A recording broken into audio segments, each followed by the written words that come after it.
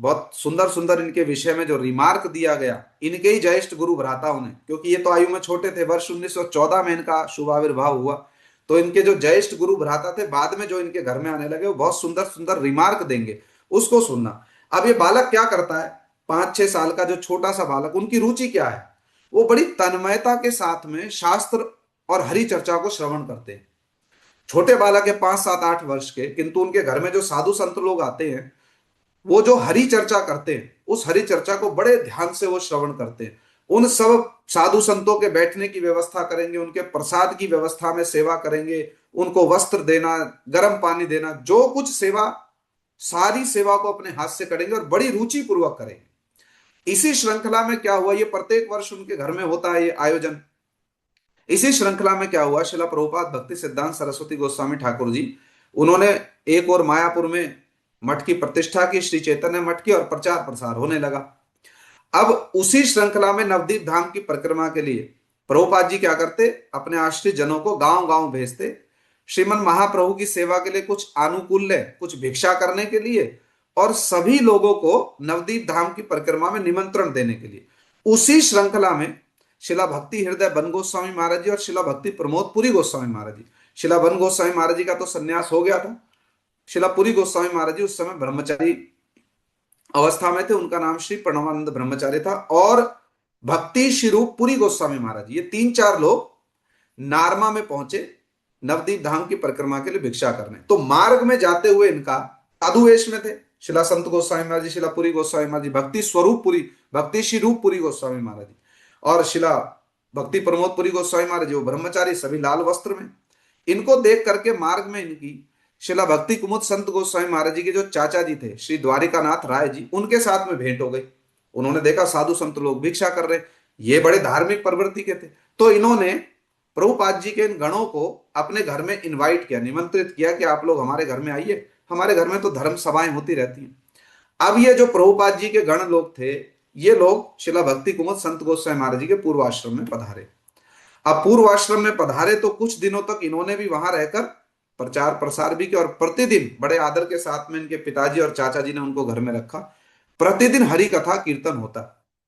अब तक शिला भक्ति कुमुद संत गोस्वामी महाराज जी के पिताजी और चाचा जी ने इतने समय से साधु सेवा कर रहे थे, साधुओं के मुख से हरि चर्चा सुन रहे थे, किंतु अब जब शिला प्रभुपाद जी के आश्रित जनों के मुख से जब उन्होंने हरि कथा, गीता, भागवत, चैतन्य चरितामृत के विचारों को सुना, तो उनको एक बहुत विशेष वैशिष्ट इसमें लक्षित हुआ। 5-7 दिन तक वो लोग इनके घर में रहे, और विशेष करके शिला भक्ति कुमुद संत गोस्वामी महाराज जी जो छोटे बच्चे थे, 7-8-10 वर्ष के, जो 7-8-9 वर्ष के रहे होंगे, लगभग 8-9 वर्ष उनकी आयु थी उस समय, उन्होंने बड़ी तन्मयता के साथ में इन वैष्णवों की सेवा की। जैसे नारद जी का पूर्व चरित्र आता ना, दासी पुत्र के रूप में जब नारद जी प्रकट हुए, तो 4 मास, वर्षा के 4 मास साधु संत लोग आए, सनक सनंदन सनातन जी, 4 कुमार, और उनकी बड़ी सेवा की नारद जी ने, 5 वर्ष के बालक। और वो प्रतिदिन क्या करते, अपना उच्छिष्ट प्रसाद नारद जी को देते, उनको हरि चर्चा सुनाते, और नारद जी क्या करते, बिल्कुल 5 वर्ष के बालक होने पर भी धीर गंभीर होकर कथा में बैठते और कथा को सुनते। अब ये जो नारद जी का स्थिर गुण था, स्थिरता रूपी जो गुण था, ये 4 कुमारों के मन को बड़ा आकर्षित किया इसने। ठीक ऐसे ही शिला भक्ति कुमुद संत गोस्वामी महाराज जो वैष्णव लोग गए थे ना, इनकी जिस प्रकार से उन छोटे बालक ने 8 वर्ष की आयु में जो सेवा की उनकी, उससे ये वैष्णव लोग बड़े प्रभावित हुए, बड़े प्रभावित। और उन्होंने रिमार्क दिया शिला भक्ति कुमुद संत गोस्वामी महाराज जी के पिताजी को, स्पेशली ब्लेस्ड चाइल्ड, आपका जो पुत्र है ये क्या है, स्पेशली ब्लेस्ड चाइल्ड है, ये तो कोई विशेष बच्चा है, ऐसे विलक्षण गुण किसी साधारण बालक में नहीं होते। एक बार हुआ, उसके बाद अगले वर्ष फिर से, अब तो संपर्क हो गया, संबंध हो गया। अब इन्होंने शिला भक्ति प्रमोद पुरी गोस्वामी महाराज जी, शिला भक्ति शिरूप पुरी गोस्वामी महाराज जी, शिला भक्ति हृदय बन गोस्वामी महाराज जी, इन्होंने कथाएं भी सुनाई, शिला प्रभुपाद जी का वैशिष्ट सुनाया। तो इनके पिताजी और इनका पूरा परिवार शिला प्रभुपाद जी के प्रचार प्रसार के प्रति बड़ा अनुरक्त हुआ। इनकी इच्छा भी हुई कि हम प्रभुपाद जी का दर्शन करेंगे जाकर। इधर गौड़िया मठ के लोगों ने भी इनको निमंत्रित किया, इनके परिवार को। थोड़े दिन के बाद में शिला भक्ति प्रमोद पुरी गोस्वामी महाराज जी और ये लोग फिर से 5 दिन के लिए इनके घर में वैशाख मास में फिर से सभा हुई। भक्त लोग थे, धार्मिक रुचि के थे, कुछ ना कुछ आयोजन करते थे, और बहुत बड़ा घर था, बहुत बड़ा प्रांगण था, उसमें ही कथा कीर्तन होता था। फिर से 5 दिन के लिए ये लोग गए, उस समय शिला बन गोस्वामी महाराज जी, शिला भक्ति प्रमोद पुरी गोस्वामी महाराज जी, ये लोग गए और इन्होंने फिर से 5 दिन कथा कही। अब इनके पूरे परिवार ने अब तक जो विचार सुनते आ रहे थे, और अब जब शिला प्रभुपाद जी के गणों से शास्त्रीय विचार सुने तो बड़े प्रभावित हुए, बड़े प्रभावित। सेकंड मीटिंग में शिला भक्ति प्रमोद पुरी गोस्वामी महाराज, शिला भक्ति हृदय बन गोस्वामी महाराज जी, इन्होंने फिर से देखा ये बालक जो है 9-10 वर्ष का बालक, ये राधा रमण, इतने तन्मयता के साथ में वैष्णव लोग आते तो बड़ा मन प्रसन्न हो जाता, कथा कीर्तन सेवा बड़े आनंद के साथ में, बड़ी रुचि पूर्वक, ऐसा नहीं कि कुछ फोर्सफुली कराना पड़ रहा है, बहुत रुचि के साथ में कथा कीर्तन सब कुछ श्रवण करता है, बहुत सेवा करता है। तब शिला भक्ति प्रमोद पुरी गोस्वामी महाराज जी ने पहली बार, अब आप देखिए शिला भक्ति कुमुद संत गोस्वामी महाराज जी की बाल्यकाल में कैसी उनकी प्रवृत्ति रही होगी, कि उनकी प्रवृत्ति से बहुत प्रभावित होकर शिला पुरी गोस्वामी महाराज जी, भक्ति प्रमोद पुरी गोस्वामी महाराज जी उनके पिताजी से कहते हैं, आपके तो 3 पुत्र हैं, आपका जो ये छोटा पुत्र है ना, स्पेशली ब्लेस्ड चाइल्ड है, आप इस पुत्र को शिला प्रभुपाद जी की सेवा में अर्पण कर दीजिए, आप इस पुत्र को शिला प्रभुपाद जी की सेवा में अर्पण कर दीजिए। जैसे विश्वामित्र जी ने दशरथ जी से मांग लिया ना उनके पुत्रों को। अब जब उनके पिताजी ने सुना राजपुत्र है, इतना धन संपद, इतनी जमींदारी, इतनी प्रजा, इतना वैभव है, संभालने वाले लोग नहीं, और उस पर भी सबसे छोटा पुत्र, स्नेहिर दुलाल, बंगला भाषा में कहते हैं स्नेह के दुलाल। अब जब पुत्र को मांगा, किंतु कैसे धर्म प्राण पिता और कैसी धर्म प्राण माता है, पिताजी ने जब सुना तो उन्होंने कहा कि ठीक है, मैं विचार करूंगा इस पर, आपने जो प्रस्ताव दिया मैं इस पर विचार करूंगा। अब शिला पुरी गोस्वामी महाराज जी और शिला वन गोस्वामी महाराज जी ने उनके पिताजी को विशेष निमंत्रण दिया। शिला प्रभुपाद जी कोलकाता उल्टा डांगा जंक्शन रोड, वहां पर शिला प्रभुपाद जी, आप एक बार आकर उनसे भेंट कीजिए, ये कहकर वो लोग चले गए। अब कुछ दिनों के बाद में, 3-4 दिनों के बाद में, इनके पिताजी, इनके चाचा जी और परिवार के बहुत सारे सदस्य लोग, इनकी माता जी भी उल्टा डांगा जंक्शन रोड पर प्रभुपाद जी का दर्शन करने पहुंचे। अब जब प्रभुपाद जी का दर्शन किया और प्रभुपाद जी को शिला भक्ति प्रमोद पुरी गोस्वामी महाराज जी, शिला भक्ति हृदय बन गोस्वामी महाराज जी ने पहले से ही सब बता रखा था, जाते तो प्रचार के विषय में डिटेल तो होती थी ना, सब कुछ बताते थे। अब जब सब कुछ बता रखा था तो इनके पिताजी आए, बड़े धर्म प्राण थे। प्रभुपाद जी ने बड़ी आदर अभ्यर्थना के साथ में उनको मठ में रखा और उनसे ये कहा कि कुछ दिन आप मठ में रहो।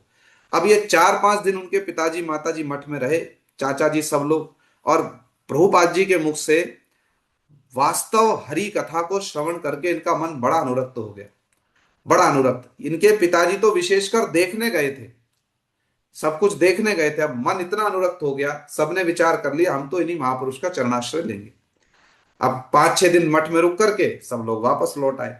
जब वापस लौट आए, फिर तीसरी बार फिर से कार्यक्रम हुआ। शिलापुरी गोस्वामी महाराज जी, शिला भक्ति हृदय बन गोस्वामी महाराज जी, वो इनके घर में फिर से कार्यक्रम करने के 4-5 दिन रुके, और फिर से जब ये प्रस्ताव उठा कि राधा रमन को हमारे साथ में आप लोग भेज दीजिए। अब राधा रमन जी से इनके माता पिताजी ने पूछा, भैया तुम मठ में जाओगे? हाँ जाएंगे। साधुओं के पास में रहोगे? हाँ रहेंगे। रह लोगे? हाँ रह लेंगे। बालक एकदम प्रस्तुत है। 9-10 वर्ष का बालक, शिला महाराज जी स्वयं कहा करते थे वो 11 वर्ष की अवस्था में मठ में आ गए थे। 11 वर्ष का बालक क्या होता है, किंतु 11 वर्ष के बालक वो तो कोई साधारण नहीं थे, बड़े विलक्षण बालक थे। अब 11 वर्ष के बालक, उनके पिताजी और माताजी ने परामर्श किया घर में और बालक से पूछा तुम जाना चाहते हो? हाँ हम जाएंगे। तो 11 वर्ष की अवस्था में शिला भक्ति कुमुद संत गोस्वामी महाराज जी अपने पिताजी और माताजी के साथ में गौड़िया मठ चले आए, और गौड़िया मठ में आकर उन्होंने केवल 11 वर्ष की अवस्था में शिला प्रभुपाद भक्ति सिद्धांत सरस्वती गोस्वामी ठाकुर जी के चरणों में संपूर्ण रूप में आत्मसमर्पण कर दिया।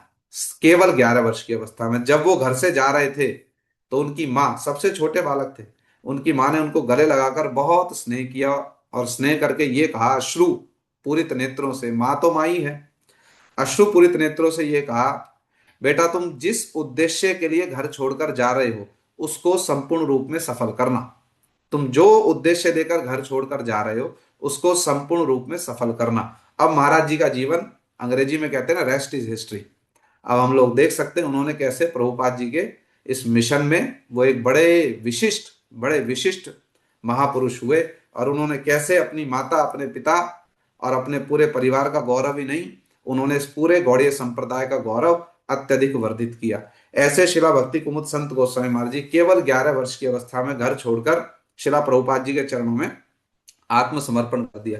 महाराज जी स्वयं अपने मुख से बतलाया करते थे, स्वयं अपने मुख से। अब मुझे नहीं पता कितने लोगों ने उनका दर्शन और कथा सुनी होगी, किंतु कथा सुनिएगा, कथाएं तो हैं। जब वो कथा कहते थे, और गुरु महाराज जी के साथ तो उनका बहुत बहुत निकटतम संबंध था, उस पर भी चर्चा करेंगे। महाराज जी स्वयं अपने मुख से ये बात बतलाया करते थे कि जब मैं 11 वर्ष की अवस्था में पहली बार मठ में गया और मैंने पहली बार प्रभुपाद जी का दर्शन किया। अब वो तो छोटे बच्चे थे। जब पहली बार उनका प्रभुपाद जी के साथ में दर्शन हुआ, तो छोटे से बालक ने जाकर प्रभुपाद जी को प्रणाम किया। प्रभुपाद जी अपनी भजन कुटी में थे कोलकाता में। अब जब प्रणाम किया, तो शिला भक्ति कुमार संत गोस्वामी महाराज जी स्वयं बोला करते थे, मैंने जब प्रभुपाद जी का पहली बार दर्शन किया, साष्टांग प्रणाम किया। अब 11 वर्ष के बालक, छोटी अवस्था। कहते जब मैं उठा और मैंने प्रभुपाद जी का दर्शन किया, तो मैं एक टक लगाकर प्रभुपाद जी को देखता रहा बहुत देर तक। मुझको ये समझ नहीं आया ये कोई प्रतिमा है, ये कोई देवता है, ये कोई मनुष्य है, ये क्या है। तो वो कहते मैं बहुत देर तक बिना पलक झपकाए प्रभुपाद जी का दर्शन करता रहा और मुझको समझ नहीं आ रहा था, छोटे बच्चे थे ना। कहते मुझको ये समझ नहीं आ रहा था कि ये कोई देवता है, कोई प्रतिमा है, कोई मनुष्य है, कौन है। क्यों? क्योंकि प्रभुपाद जी की छवि ऐसी थी, ऐसी अलौकिक, ऐसी अद्भुत छटा थी उनकी। उसको देख करके छोटे से बालक थे मुग्ध हो गए। प्रभुपाद जी ने हंसते हुए इनसे पूछा, बंगाल में छोटे बालक को कहते हैं खोखा, छोटा जो बच्चा होता है उसको कहते हैं खोखा। तो प्रभुपाद जी ने इनसे पूछा, है खोखा, तुम मठ में रहोगे? तो उन्होंने बड़े कॉन्फिडेंस के साथ में उत्तर दिया। ये पूछा प्रभुपाद जी ने, तुम मठ में रह लोगे? उन्होंने कहा, प्रभु मैं रह लूंगा, प्रभु मैं रह लूंगा। सुनकर प्रभुपाद जी बड़े प्रसन्न हुए। अब प्रभुपाद जी एक बहुत बहुत अद्भुत वैशिष्ट्य था। देखो भक्ति जो है ना, इस भक्ति का सौंदर्य भी यही है, फोर्सफुली कुछ भी नहीं है। फोर्सफुली कुछ भी आपके ऊपर में थोपा नहीं जाएगा। छोटे बच्चे थे। अब इनके पिताजी का एक कंसर्न था, बहुत सहज भाषा में बतला रहा हूं क्योंकि पीछे बड़ी दार्शनिक बातें हो चुकी हैं, थोड़ी सी दार्शनिक अंत में आ जाएगी, स्वाभाविक है, किंतु सहज सरल भाषा में बतला रहा हूं। इनके पिताजी का कंसर्न था कि भाई दो दो जो मेरे बेटे थे बड़े वाले हैं, नाम स्मरण है, राधा श्याम जी और राधा विनोद जी, वो तो पढ़ने में बहुत बहुत इंटेलिजेंट थे, किंतु ये जो मेरा छोटा बेटा है इसे पढ़ने में ध्यान नहीं देता। तो उनके पिताजी का कंसर्न था, स्वाभाविक है कि छोटा बच्चा है, थोड़ी पढ़ाई हो जाए। तो प्रभुपाद जी ने क्या किया, उनको उस समय में पब्लिक स्कूल था, the new Indian public school, उसमें प्रभुपाद जी ने इनको भर्ती करा दिया। अब पढ़ने लगे, स्कूल जाते प्रतिदिन, बहुत सारे बच्चे थे। शिला भक्ति कुमुद संत गोस्वामी महाराज जी स्वयं इस बात को कहा करते थे कि जब हम लोग मठ में रहते थे, तो शिला वामन गोस्वामी महाराज जी भी केवल 9 वर्ष की अवस्था में मठ में आ गए थे, ये 11 वर्ष की अवस्था में आए। तो वो कहा करते थे शिला भक्ति कुमुद संत गोस्वामी महाराज जी, जब हम लोग मठ में आए थे सैकड़ों बच्चे मठ में रहा करते थे, किंतु उनमें से प्राय सभी लोग चले गए, केवल मैं और बामन महाराज जी, ये 2 लोग ही बचे हैं उस समय के, जो उस आयु में मठ में आए थे। अब इसका कारण क्या है, ये बात किस लिए, ये प्रसंग, ये पर्टिकुलर ये पॉइंट जो बोला गया, इसको आप बहुत ध्यान से स्मरण रखना, ये बात क्यों कही गई और वो ऐसा क्यों कहते थे कि मठ में तो सैकड़ों बच्चे रहते थे, हम भी बच्चे थे, कोई 7 साल का, कोई 9 साल का, कोई 10 साल का, कोई 11 12, सैकड़ों बच्चे थे। और श्री नरहरि सेवा विग्रह प्रभु जी सबकी सबकी देखभाल करते थे, वो तो माँ जैसे थे मठ की। किंतु शिला संत गोस्वामी महाराज जी कहते थे उनमें से प्राय सभी लोग चले गए मठ छोड़कर, केवल हम, वो जब मठ में आते थे या नवदीप परिक्रमा में देवानंद गोड़िया मठ में, इस बात को स्मरण करते थे, मैं और बामन महाराज जी बचे। ये उनके शब्द थे। क्यों? इसके पीछे एक बहुत गंभीर कारण है, आप उसको समझना। ये बात इसलिए उठाई, ये प्रसंग आएगा। अब वो छोटे से थे, स्कूल में भर्ती हो गया कोलकाता में, the new Indian public school में पढ़ते थे। अब एक दिन क्या हुआ, देखो कितने प्रतिभावान थे, कितने प्रतिभावान। जब घर में रहते थे ना, तब इनका पढ़ाई में बिल्कुल मन नहीं लगता था, बिल्कुल नहीं पढ़ते थे। किंतु जब मठ में रहने लगे और इनको स्कूल में भर्ती कर दिया, तो ये हर साल डिस्टिंक्शन के साथ में पास होते थे, हर साल। बड़ी अद्भुत बात, सब लोग चमत्कार में पड़ गए, भाई ये क्या बात है। जब तक घर में थे तब तक पढ़ाई में बिल्कुल मन नहीं लगता, किंतु अब मठ में रहते हैं, सारा दिन मठ की सेवा भी करते हैं, बीच में स्कूल भी जाते हैं, और स्कूल की पढ़ाई ऐसी करते हैं, हर साल डिस्टिंक्शन के साथ में पास होते हैं। एक दिन क्या हुआ, इनके स्कूल की घटना बतला रहा हूं, बहुत अच्छी घटना है। एक दिन क्या हुआ, इनके पिताजी ने, फ्री पीरियड था, होता है ना फ्री पीरियड में कोई ना कोई एक्टिविटी कराते हैं, तो टीचर ने क्या किया, फ्री पीरियड में सारे बच्चों को लिया और उनको हॉल में बैठाया और ये राधा रमन जी से कहा कि राधा रमन, तुम आज हमको ना कोई गान सुनाओगे, किंतु गान ऐसा होना चाहिए, तुम 2 गान सुनाओगे। गान तुम्हारा ऐसा होना चाहिए कि जब तुम पहला गान गाओगे तो सबको रोना आना चाहिए, और जब दूसरा गान गाओगे तो सबको हंसी आनी चाहिए। अब ये तो शांत बैठे हुए थे, छोटे से बालक थे, 12 13 14 वर्ष के रहे होंगे।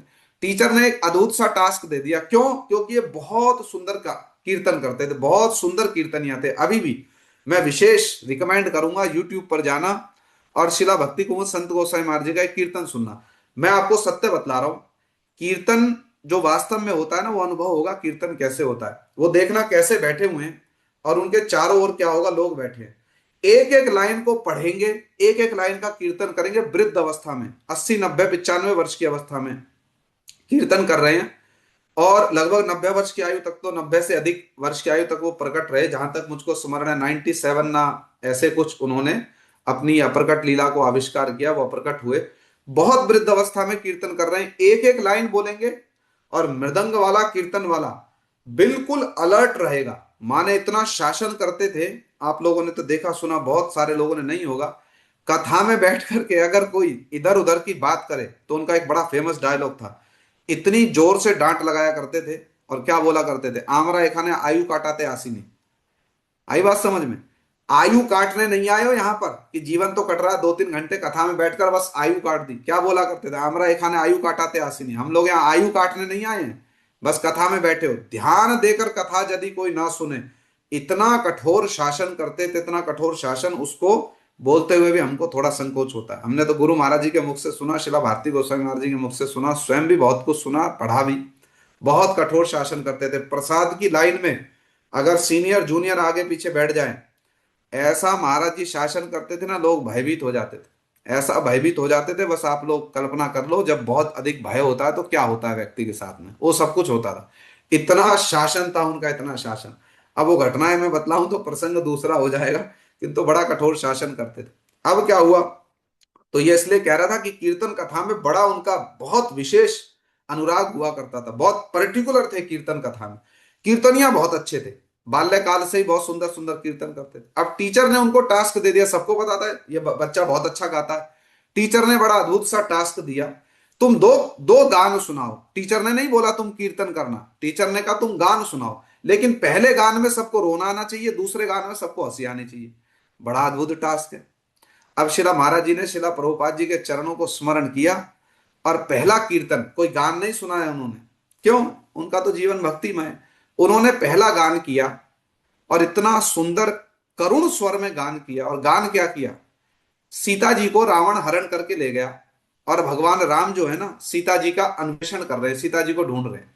और वो कीर्तन इतना सुंदर किया उन्होंने, इस भाषा में कीर्तन किया, देखो कीर्तन भी है बंगला भाषा में, बड़ा प्रचलित कीर्तन है। अंधकार अंतरेते अश्रु बादल झरे, लक्ष्मी हिरेर शून्य पुरी मन जे कैमन करे। राम जी सीता जी को ढूंढ रहे हैं, और सीता जी को ढूंढते हुए विलाप कर रहे हैं, लक्ष्मी शून्य, अरे सीते तुम कहाँ हो, सीते तुम कहाँ हो। तुलसीदास जी ने वाल्मीकि रामायण में वर्णन किया ना, तुलसीदास जी ने रामचरितमानस में, वाल्मीकि जी ने वाल्मीकि रामायण में बहुत सुंदर वर्णन किया। ऐसे ऐसे भाव वर्णन किए शिला भक्ति कुंवर संत गोस्वामी महाराज ने कीर्तन, और इतने भावपूर्वक कीर्तन गाया। कोथाय आलो आकाश भरा कालो ही कालो, फिरो बोना आर, फिर बोना आर, मां हारानो प्राण कांदानो घरे। राम जी क्रंदन करते करते कह रहे हैं, कहां उजाला है, माने सीता जी कहां है, चारों ओर अंधकार दिखलाई दे रहा है, मैं इस कुटी में वापस लौट करके नहीं आऊंगा। राम जी कह रहे लक्ष्मण से, मैं इस कुटी में वापस लौट करके नहीं आऊंगा, ये कुटी अब सीता जी के विरह में अंधकारमय हो गई है। ऐसा कीर्तन किया उन्होंने, एक एक पद को इस भाषा में इस भाव के साथ गाया। वहां पर जितने बालक बैठे थे, जितने टीचर बैठे थे, सब क्रंदन करने लगे, सब क्रंदन। एक भी बालक, एक भी व्यक्ति ऐसा नहीं था जो वहां बैठ करके क्रंदन नहीं कर रहा था, सब क्रंदन करने लगे। अब क्रंदन किया सबने, एक प्रसंग पूरा हो गया। अब जब सबका क्रंदन थोड़ा थम गया, कीर्तन पूरा हो गया, अब टीचर ने क्या कहा, राधा रमण वैसा कीर्तन करो जिससे सबको हंसी आ जाए। अब आप विचार करके देखो, कोई साधारण बालक कर लेगा, कोई साधारण बालक कर लेगा ऐसे टास्क को? फिर उन्होंने एक ऐसा कीर्तन किया, उस समय में, तत्कालीन समय में, जैसे आजकल होता है ना, कोई कोई गाना हो, कोई ऐसा कोई अभिनय हो जो आजकल बड़ा फेमस हो जाता है, सब लोग उसका अनुसरण करेंगे, उसको दोहराएंगे, होता है ना ऐसा, कोई चीज फेमस हो जाए। उस समय में मास्टर मदन नाम का एक 5 साल का बच्चा था, तुतला बच्चा, उसने कीर्तन गाया था। मास्टर मदन, छोटे बच्चे को मास्टर कह देते ना, मास्टर मदन नाम का एक 5 साल का बच्चा था उनके समय में, जब वो स्कूल में पढ़ते थे, और वो बालक ने कीर्तन गाया था। कौन सा कीर्तन? वो कृष्ण गोचारण करते हुए जा रहे हैं, उस कीर्तन को इस मास्टर मदन नाम के बच्चे ने तोतली भाषा में गाया, और ये कीर्तन इतना फेमस हो गया कि रेडियो पर बजता था। इतना फेमस हो गया है कीर्तन। अब शिला महाराज जी ने क्या किया, जब टीचर ने कहा भाई रुला तो तुमने सबको दिया, अब तुम सबको हंसाओ। जब सबको हंसाने का टास्क दिया तो महाराज जी ने वो हंसाने वाला कीर्तन गाया, और इतना सुंदर कीर्तन गाया। वो कीर्तन था, हेले दूल्हे ने हेले दूल्हे नेचे चलो गोष्ठ बिहारी। अरे कृष्ण को कह रहे हैं, अरे हेले दूल्हे नेचे चलो, नाचते नाचते चलो। सखा लोग कृष्ण को कह रहे गोष्ठ बिहारी। चंचल डीठी मीठी रंग बिहारी, बंकिम ठाम शिरे, शिखी पाखा शोभ है, सुंदर पीत धड़ा कटी तटे धरे। कृष्ण के रूप का वर्णन किया गया कीर्तन में, कि कृष्ण के मस्तक पर मयूर पुच्छ है, सुंदर पीतांबर धारण किया हुआ है, कृष्ण नाचते गाते अपने सखाओं के साथ में जा रहे हैं। यह कीर्तन है। किंतु तोतला बच्चा जब इसको गाए, जब तोतला बच्चा इसको गाएगा तो कैसे गाएगा? अब तोतले बच्चे ने गाया। अच्छा, महाराज जी ने जब कीर्तन किया तो तोतली भाषा में ही कीर्तन किया, क्यों सीधा सीधा कर देते तो किसी को हंसी नहीं आती। तो जैसा मास्टर मदन ने गाया था वैसा ही महाराज जी ने कीर्तन किया। हेले दूल्हे नेते तलो गोष्ठ बिहारी, और तंतल, चंचल की जगह तंतल, जैसे तोतला बालक बोलेगा। दीति मिति रंग बिहारी, बंकिम ठाम, ठाम नहीं थाम, धीरे थिरबो पाखा थो भय, जैसे ता को छोटा बच्चा था बोलेगा। ऐसी तोतली भाषा में कीर्तन किया उन्होंने, जितनी क्लास जो अब तक रो रही थी वो पूरी क्लास अब हंसने लगी। ये कथा क्यों सुनाई? ये कथा इसलिए सुनाई, इतने प्रतिभावान थे, इतने प्रतिभावान थे कि उनको जो भी टास्क दिया जाता था वो इसको इतनी सुंदरता के साथ में पूर्ण करते थे। अब उनके पारमार्थिक जीवन में जब आएंगे, ये कथा इसलिए सुनाई कि देखो जो प्रतिभावान है ना, जीवन के प्रत्येक क्षेत्र में जब उनके सामने कोई चुनौती उपस्थित होती है तो उसमें ऐसे खरे उतरते हैं। ये तो साधारण स्कूल की बात बतला दी, किंतु अभी पारमार्थिक बातें आएंगी, आप उनको सुनना। जो प्रतिभावान है ना, जब चुनौती उनके सामने आकर के खड़ी होती है तो उन चुनौतियों पर ऐसे खरे उतरते हैं कि सामने वाले को विस्मित कर देते हैं, सामने वाले को विस्मित कर देते हैं। यह होता है प्रतिभावान की प्रतिभा दिखलाने का सुअवसर। अब साधारण व्यक्ति हो तो क्या कर देता, हमसे नहीं हो रहा। किंतु जो प्रतिभावान है, जो वीर है, जब उनके सामने चुनौती प्रस्तुत होती है ना, तब चुनौती के समय जब प्रेशर आता है ना, तब उनकी प्रतिभा क्या होती है, तब उनकी प्रतिभा सामने आकर प्रकट होती है। अब आपको महाराज जी के जीवन की अद्भुत बातें बतलाऊंगा, जो उनके जीवन की बड़ी पारमार्थिक बात है। देखो, एक पारमार्थिक बात बतलाता हूं इससे रिलेटेड। ये तो हो गई उनके स्कूल में पढ़ने की घटना। अब आपको एक बहुत अच्छी बात बतलाता हूं, कैसे प्रतिभावान थे। अभी वो 15, 16, 17 वर्ष के रहे होंगे। शिला प्रभुपाद जी के समय में एक नियम था कि मठ में प्रतिदिन कौन कथा करेगा और किस विषय पर कथा करेगा, ये बोर्ड पर लिखा जाता था। और हठात होता था बहुत बार, हठात कि भाई बोर्ड पर आज आपका नाम लिखा होगा और टॉपिक लिखा होगा, आज शाम को आपको कथा करनी है।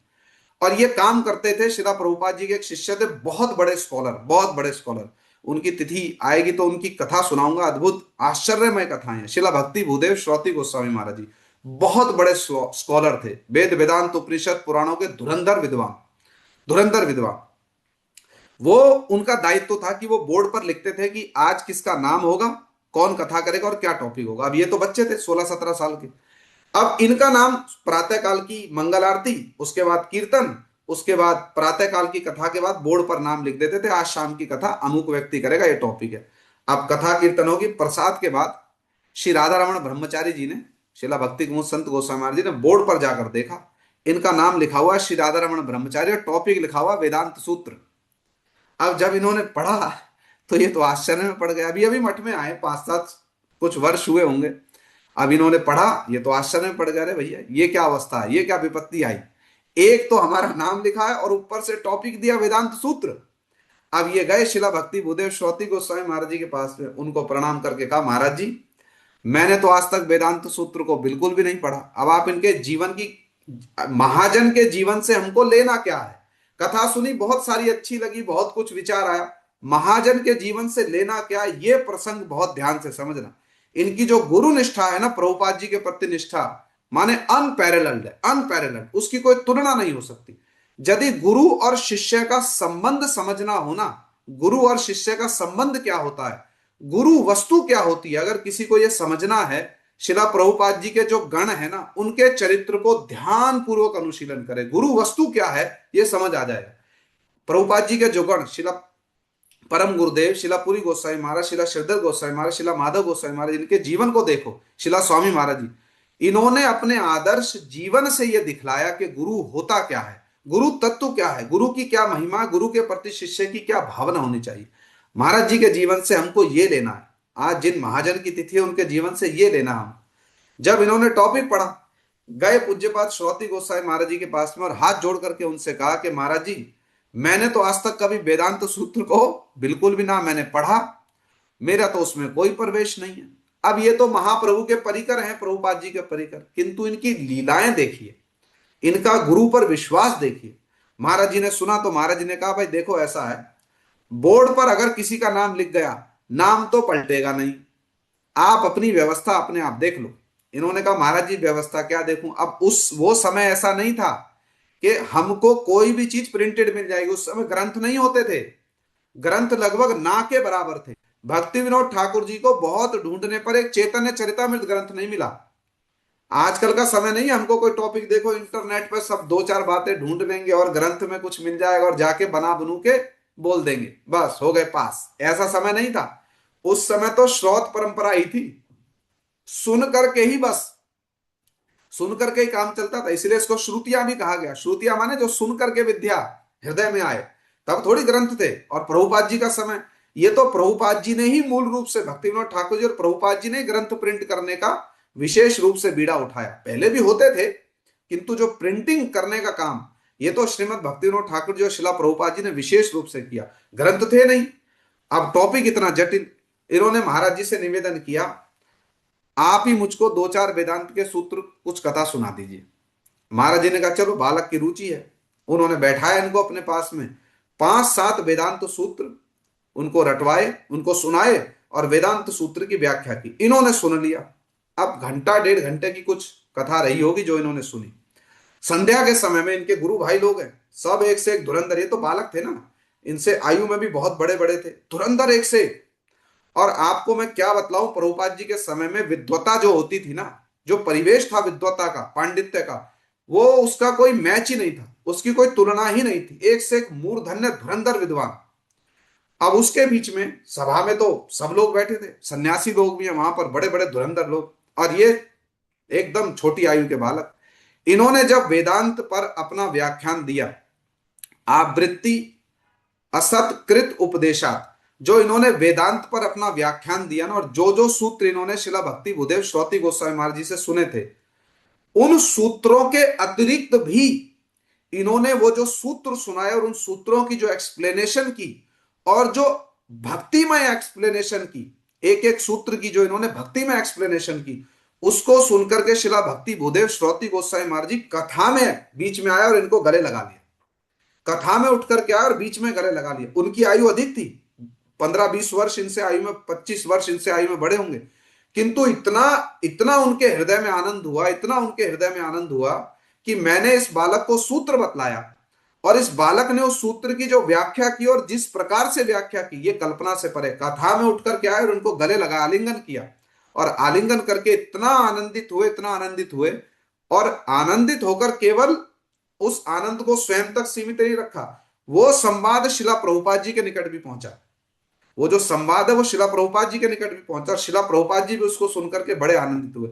ये होता प्रतिभावान व्यक्ति जो है ना, जब चुनौती सामने प्रस्तुत होती है ना, तो उनकी प्रतिभा निखर करके आ जाती है। वो पीठ नहीं दिखाते, उससे पीठ नहीं दिखाएंगे उससे। जो प्रतिभावान वीर लोग है ना, बलवान लोग, बलवान कहने का अर्थ कोई साधारण बलवान नहीं, जो पारमार्थिक बलवान है, जब चुनौती उपस्थित होगी ना, जैसे प्रभुपाद जी के सामने चुनौती उपस्थित हुई, बाली घाई में धर्म सभा हुई, हजारों लोग इकट्ठे हुए, ब्राह्मण श्रेष्ठ है, वैष्णव श्रेष्ठ है, चुनौती प्रस्तुत हुई ना, पीछे नहीं हटे। कितनी आयु रही होगी, 18, 20, 22 वर्ष की आयु, सफेद वस्त्र में अकेले पहुंचे। अपने गौड़िया मठ तो उस समय स्थापित नहीं हुआ था, और भक्ति विनोद ठाकुर जी के कुछ एक शिष्य थे, वृंदावन राधा रमन घेरा के श्री मधुसूदन गोस्वामी जी, और एक दो लोगों को साथ लेकर प्रभुपाद जी वहां पहुंचे और दूसरी ओर हजारों लोग थे, प्रतिपक्ष में 1000 लोग हैं। अकेले खड़े होकर जो भाषण दिया था ना प्रभुपाद जी ने वहां पर, जो भाषण दिया, श्रोताओं की ऐसी अवस्था हो गई थी भीड़ में से। एक ओर तो 60 65 70 वर्ष के आयु के पंडित लोग हैं, दूसरी ओर 18 19 20 साल के शिला प्रभुपाद जी दुबले पतले से कथा में खड़े होकर जो विचार प्रस्तुत किया ना। 3 दिन कथा हुई, तीसरे दिन ऐसी अवस्था हो गई, जो 1000 लोग की भीड़ थी ना, वो सबको सब कुछ तोड़ फोड़ करके प्रभुपाद जी के पास में दौड़े, इनका चरणामृत लेना है हमको। भीड़ इतनी बेकाबू हो गई, इनका चरणामृत लेना है हमको। और प्रभुपाद जी तो वो तो दीनता की प्रतिमूर्ति, वो चरणामृत कैसे देंगे। किंतु जो उनके साथ के लोग थे, आप विचार कीजिए क्या अवस्था रही होगी। साथ के लोगों ने कहा महाराज आप अपना चरणामृत दे दो, नहीं तो ये भीड़ न जाने क्या करेगी। उन्होंने लगभग लगभग बलपूर्वक शिला प्रभुपाद जी को निवेदन करके बलपूर्वक बैठाया और एक बड़े से पात्र में प्रभुपाद जी के चरण धुलाए गए और वो चरणामृत का पात्र दे दिया भीड़ में कि बस चलो अब यहां से। ऐसी अवस्था हो गई। ये होता है पारमार्थिक वीरता। एक होती है जागतिक वीरता, एक होती है पारमार्थिक वीरता। जब पारमार्थिक वीर के सामने कोई ऐसी चुनौती उपस्थित होगी, पीछे नहीं हटेंगे, सामने आकर उनकी प्रतिभा निखर करके आएगी। 10 15 मिनट, आधा घंटा, 1 घंटा कथा सुनी होगी और सामने बैठे सारे एक से एक धुरंधर उनके गुरु भाई लोग, एक से एक वेदांतिक पंडित, और जिन्होंने सुनाई शिला भक्ति भूदेव श्रोति गोस्वामी महाराज जी, वो स्वयं बहुत बड़े वेदांतिक पंडित थे। आप विचार कीजिए क्या कथा कही होगी, जिसको सुनकर आनंदित होकर शिला श्रोति गोस्वामी महाराज जी कथा में उठे और उनको गले लगा लिया। अरे धन्य हो तुम। विद्या जो है ना, वो वहां निवास करेगी जहां उसको निवास करना चाहिए। सब स्थान पर पारमार्थिक विद्या निवास नहीं करती। तो तुम तो संपूर्ण रूप में योग्य हो। तुमने तो हमारा भी हृदय जो है ना, और हमारा भी मस्तक जो उसको उन्नत कर दिया। इतने प्रतिभावान थे। अब मैं आपको एक और बहुत अद्भुत घटना बतलाऊं, इन महाजन के जीवन से हमको क्या लेना। अब इसी प्रसंग में आ गया है, तो प्रसंग के साथ साथ सुना रहा हूं। इनकी अद्भुत गुरुनिष्ठा की बात आपको बतला रहा हूं, अद्भुत गुरुनिष्ठा की बात। अब देखना क्या बात है। ये जब छोटे बालक थे, अभी बीच में और भी कुछ कहना था उसको कहूंगा, क्योंकि जो बात हमने कही ना कि ये बार बार इस बात को शिला महाराज जी कहा करते थे कि सैकड़ों बच्चे थे किंतु उसमें से केवल हम और बामन महाराज जी रह गए। क्यों रह गए, ये मूल बात समझना आप, क्यों रह गए। देखो ये गुरुनिष्ठा की बात आई ना, ये जो पारमार्थिक विद्या है ना, ये गुरुमुखी है। इस बात को आप लोग नोट करके डबल अंडरलाइन करके रखना। ये विद्या जो ये गुरुमुखी है, ये और कहीं से प्राप्त नहीं हो सकती। इस विद्या को प्राप्त करने का स्रोत एकमात्र श्री गुरु और गुरु परंपरा है। ये गुरुमुखी विद्या है। जिनका गुरु के चरणों में संपूर्ण रूप में विश्वास, दृढ़ निष्ठा हुई है, उनके लिए और कुछ भी करणीय नहीं रह जाता, कुछ भी करणीय नहीं। अब महाराज जी के जीवन की एक अद्भुत बात बतला रहा हूं उनकी गुरुनिष्ठा के। देखो वो कहा करते थे, ये उनकी स्टेटमेंट है। वो कहते थे, when साधक completely surrender himself to the lotus feet of Shri Gurudev, Shri भगवान से पहले श्री गुरु के चरणों में होगा। भगवान ही गुरु, गुरु ही भगवान के प्रतिनिधि हैं। वो कहा करते थे, when साधक कंप्लीटली, आंशिक नहीं, पार्ट एंड पार्सल नहीं, completely surrendered himself to the holy feet of Shri Gurudev, then he can realize God fully. जब वो पूरा शरणागत होगा गुरु के चरणों में, तब वो भगवान की संपूर्ण अनुभूति तब कर सकता है। और महाराज जी इस विषय में बहुत अच्छा प्रबोधानंद सरस्वती पाद जी का श्लोक सुनाया करते थे। आचर्य धर्मम परिचर्य विष्णु विचर्य तीर्थानि विचार्य वेदान बिना न गौर प्रिय पाद सेवाम वेदादि दुष्प्राप्य पदम विदंती। भैया आचर्य धर्मम, कोई जन्म जन्मांतर धर्म का आचरण कर ले। आचर्य धर्मम परिचर्य विष्णु, भगवान की सेवा भी कर ले।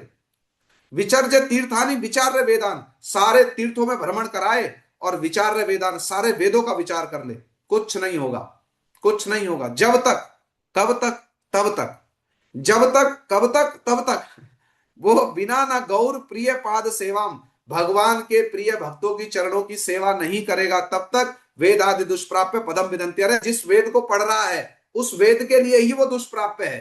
पढ़ करके क्या जानेगा भगवान को। जिस वेद को पढ़ करके, जिस शास्त्र को पढ़ करके जानना चाहता, वो शास्त्र स्वयं ढूंढ रहा है उस भगवान को। वेद श्रुतियां स्वयं ढूंढ रहे उस भगवान को, नहीं मिलते। कैसे मिलेंगे? गौर प्रिय जन जो है उनके चरणों की सेवा करने पर, उनके चरणों में शरणागत होने पर सहज रूप में मिल जाएंगे। ये महाराज जी का दृढ़, एक दृढ़ उनका फर्म डिटर्मिनेशन था। अब आपको एक अद्भुत बात बतलाता हूं। ये केवल मुख से कही हुई बात नहीं है। हम लोग तो मुंह से बहुत बड़ी बड़ी बात कह देंगे, बहुत बड़ी बड़ी बात, शास्त्र की व्याख्या करने जाएंगे हम, पचासों उदाहरण दे देंगे। जीवन में कितना है हमारे, वो सबसे महत्वपूर्ण प्रश्न है। किंतु ये जो महाजन लोग हैं ना, इनकी कथनी और इनकी करनी दोनों एक मिलेगी, प्लस है, उसमें माइनस नहीं होगा कुछ। जो कहेंगे वो पूरा इनके जीवन में आचरण में आएगा। अब आपको इनके जीवन की बड़ी अद्भुत बात बतलाता हूं, सुनते जाइए आप आनंद पूर्वक। ये बर्मा में प्रचार करने गए, ब्रह्मदेश, बर्मा है ना, रंगून, वहां पर इनको प्रभुपाद जी ने प्रचार करने के लिए भेजा। और प्रचार करने के लिए तो आयु में कम थे।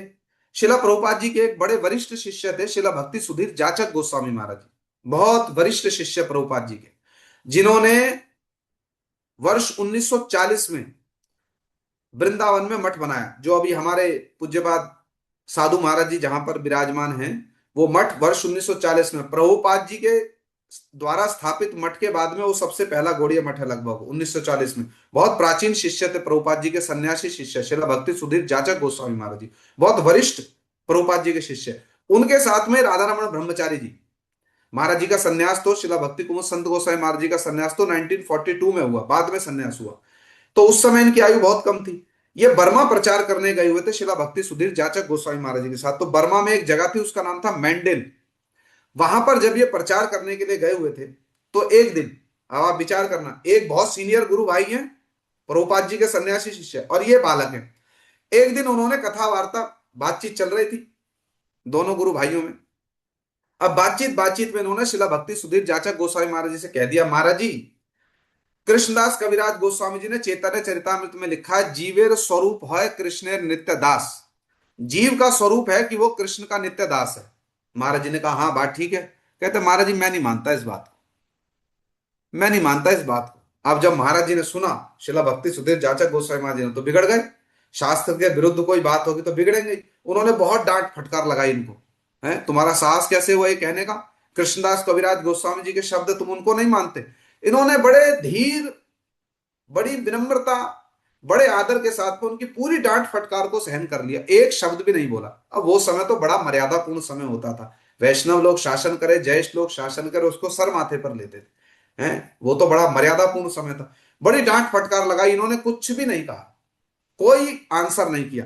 अपनी बात तो बोल दी, लेकिन बोलने के पीछे जो रहस्य है ना, उसको इतनी जल्दी रिवील नहीं किया, चुपचाप सुन लिया बात को। जब उन्होंने बहुत डांट फटकार लगा ली, वो शांत हो गए।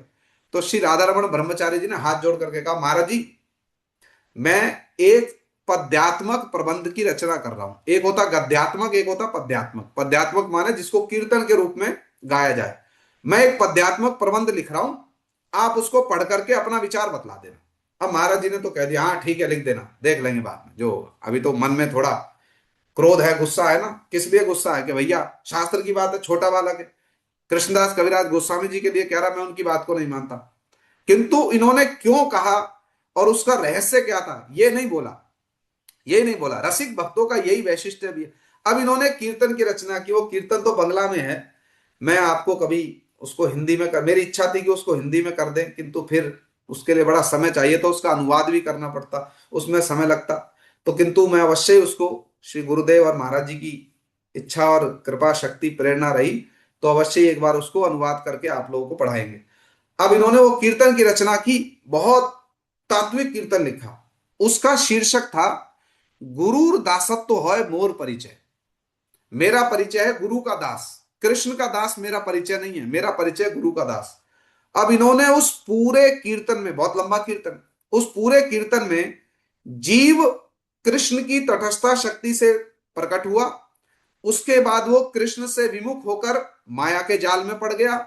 माया के जाल में पड़ा तो कैसे सदगुरु ने उस जीव को माया के जाल से निकाल करके उसको फिर से कृष्ण के दासत्व में प्रतिष्ठित किया। इतना सुंदर कृष्णदास कविराज गोस्वामी जी का पूरा सार उस पद्यात्मक कीर्तन में लिखा, और अंत में उसको कंक्लूड किया, भैया ये सिद्धांत हैं, और इन सब सिद्धांतों के कारण मेरा परिचय क्या है, गुरु का दास ही मेरा परिचय है, कृष्ण का दास नहीं, गुरु का दास मेरा परिचय है। पूरा पद्यात्मक लिख करके और उसको शिला भक्ति सुधीर जाचक गोस्वामी महाराज जी के सामने जाकर दे दिया। महाराज जी ये लिख दिया कीर्तन हमने, इसको पढ़ दीजिएगा। आप पूज्यपाद भक्ति सुधीर जाचक गोस्वामी महाराज जी ने कीर्तन पढ़ा, और कीर्तन पढ़ करके वो तो स्तब्ध हो गए, एकदम अवाक हो गए। अरे मैं तो कल्पना नहीं कर सकता था, इस बालक ने ऐसा सिद्धांत प्रस्तुत कर दिया कीर्तन में। और जो ये बात कह रहा है कृष्णदास कविराज गोस्वामी जी के मन के भाव को, भाई कृष्ण का दास भी जो जीव है, कृष्ण का दास कहने का अर्थ हम डायरेक्ट तो कृष्ण के दास नहीं हो जाएंगे ना। कृष्ण के दास हम कैसे होंगे? पहले तो गुरु का दास होना पड़ेगा, और गुरु का दास होना ही कृष्ण का दास है। जब भगवान ने कह दिया आचार्य माम विजान्यात ना अवमन्येत कहिचित, आचार्य को मेरा स्वरूप जानो, ये सारे सिद्धांत उस कीर्तन में भर दिए। जब पूज्यपाद भक्ति सुधीर जाचक गोस्वामी महाराज जी ने कीर्तन पढ़ा, वो तो स्तब्ध हो गए, शॉक्ड हो गए। ऐसा विचार मैं तो कल्पना नहीं कर सकता था। इन्होंने बुलाया, और बुला करके पहले तो इनको गले लगाया, और गले लगा करके बड़े प्रसन्न हुए और कहा कि भाई हमने तो बड़ा भला बुरा कह दिया तुमको, किंतु तुम्हारे मन के भाव जान करके तो हमारा चित्त बड़ा प्रसन्न हो गया, बड़ा प्रसन्न। बात यही नहीं है, बात इसके आगे भी है। शिला भक्ति सुधीर जाचक गोस्वामी महाराज जी इतने प्रसन्न हुए कि उन्होंने वो कीर्तन जो प्रभुपाद जी के पास में भेजा। और उस समय में दैनिक नदिया प्रकाश जो न्यूज़पेपर छपता था, उसके संपादक एडिटर थे शिला भक्ति प्रमोदपुरी गोस्वामी महाराज जी, और सब एडिटर थे श्री कृष्ण कांति ब्रह्मचारी शिला भक्ति कुसुम श्रवण गोस्वामी महाराज जी। उनके पास में गया, क्योंकि कोई भी चीज छपने के लिए आती थी वो पहले उनके पास में जाती थी। उन्होंने उसको पढ़ा, वो लोग भी आश्चर्यचकित हो गए, और आश्चर्यचकित होकर छापने से पहले तो प्रभुपाद जी की परमिशन लेनी है ना, तो उस कीर्तन को प्रभुपाद जी के पास में भेजा। अब जब प्रभुपाद जी ने पढ़ा तो प्रभुपाद जी का हृदय आनंद से इतना गदगद हो गया। प्रभुपाद जी ने कहा वो बच्चा है, किंतु उसने जो सिद्धांत लिखा है ना, यही चैतन्य चरितामृत का सार है। इस कीर्तन को छाप दो, और केवल छापो मत, मेरा एक आशीर्वाद रूपी पत्र लिख करके भी राधा रमन को भेज दो, हमारे साइन करा लेना, और राधा रमन को आशीर्वाद के रूप में हमारा पत्र भेज देना। इतना शिला प्रभुपाद जी संतुष्ट हुए इनके प्रति। इसको कहते गुरु निष्ठा। ये जो कॉन्फिडेंस है, ये जो विश्वास है, ये शिष्य में कैसे आता है, ये समझने की बात है। ये जो कॉन्फिडेंस है, ये विश्वास है, ये शिष्य में कैसे आता है। अब महाराज जी का विचार मैं आपको बतला रहा हूं। देखो, वो सब समय इस बात को कहा करते थे। वो चैतन्य चरितामृत का एक और श्लोक बोला करते थे, जो सत शिष्य है, जिसने गुरु के चरणों में आत्मसमर्पण किया, वास्तविक रूप में आत्मसमर्पण किया, उनका उनकी भावना कैसी होगी। शिला महाराज जी का चरित्र है, शिला महाराज जी का आदर्श है, और इनके इन महाजन के जीवन से हमको आज ये लेना है, ये लेना है हमको इनके जीवन से। ये इंप्रेशन आने चाहिए हमारे हृदय में, तब तो हमारा तिथि पालन करना, कथा कीर्तन सुनना, तब हमारा सार्थक हो। महाराज जी चैतन्य चरितामृत का एक श्लोक बोला करते थे। क्या बोला करते थे? कविराज गोस्वामी जी ने कहा, श्री चैतन्य प्रभु बंदे बालो अपि यद अनुग्रहात तरेत नानामृत तरेत नानामत ग्रह व्याप्तम सिद्धांत सागरम। श्री कृष्णदास कविराज गोस्वामी जी ने चैतन्य महाप्रभु की कृपा का वर्णन करते हुए यह श्लोक कहा। उन्होंने कहा, अगर श्री चैतन्य महाप्रभु की किसी के प्रति कृपा हो जाए, और वो व्यक्ति अज्ञ है, कोई अज्ञ व्यक्ति जो कुछ भी नहीं जानता शास्त्र की बात को, उसके ऊपर अगर महाप्रभु की कृपा हो जाए, तो उसकी दशा कैसी हो जाएगी? उसकी दशा ऐसी हो जाएगी जैसे एक सागर है और वो मगरमच्छों से भरा हुआ है, और उसमें कोई छोटा सा जीव पड़ा हुआ, तो मगरमच्छ उसको खा जाएंगे। लेकिन अगर उसको कोई बहुत भारी नौका, कोई नाव आकर के उस जीव को आश्रय दे दे, फिर मगरमच्छ उसको कुछ कर पाएगा? समुद्र में इतने बड़े बड़े शिप चलते हैं, व्हेल मछली भी उसका कुछ कर पाती है? तो श्री कविराज गोस्वामी कहते, यदि किसी पर महाप्रभु जी की कृपा हो जाए, तो व्यक्ति अज्ञा भी हो ना, कुछ नहीं जानता, तो भी उस सिद्धांत सागर को पार कर जाएगा। वो सिद्धांत सागर जो नाना प्रकार के मगरमच्छों से, माने बाधाओं से, कुसिद्धांत अप सिद्धांतों से भरा हुआ है, उसको पार कर जाएगा व्यक्ति। महाराज ये श्लोक बोल के क्या बोला करते थे? कहते थे मैं बालक था। अब देखो उनकी गुरु निष्ठा क्या है। वो कहते थे मैं बच्चा था, किंतु मुझको पूरा विश्वास था। ये श्लोक जब मैंने पढ़ा, महाराज जी बोला करते थे, श्लोक जब मैंने पढ़ा तो मेरे मन में विश्वास आया। हालांकि मैं बालक था, किंतु मेरे मन में क्या विश्वास आया? शिला प्रभुपाद, मेरे गुरुदेव शिला प्रभुपाद भक्ति सिद्धांत सरस्वती ठाकुर है, वो भक्ति सिद्धांतों का मूर्तिमान विग्रह। अगर मैंने अपने गुरु जी के चरणों में समर्पण किया है, तो मेरे हृदय में भी सारे सत सिद्धांत स्वयं स्फुरित हो जाएंगे।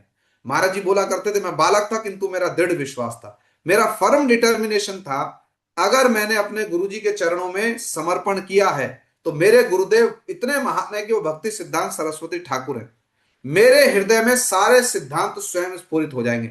ये वो बोला करते थे, और केवल बोलते नहीं थे, ये उनका दृढ़ विश्वास, फर्म फेथ, फर्म डिटर्मिनेशन था, जो उनके जीवन में एक बार नहीं, बार बार प्रकट हुआ, बार बार प्रकट हुआ। ये प्रैक्टिकल एग्जाम्पल है, प्रैक्टिकल एग्जाम्पल।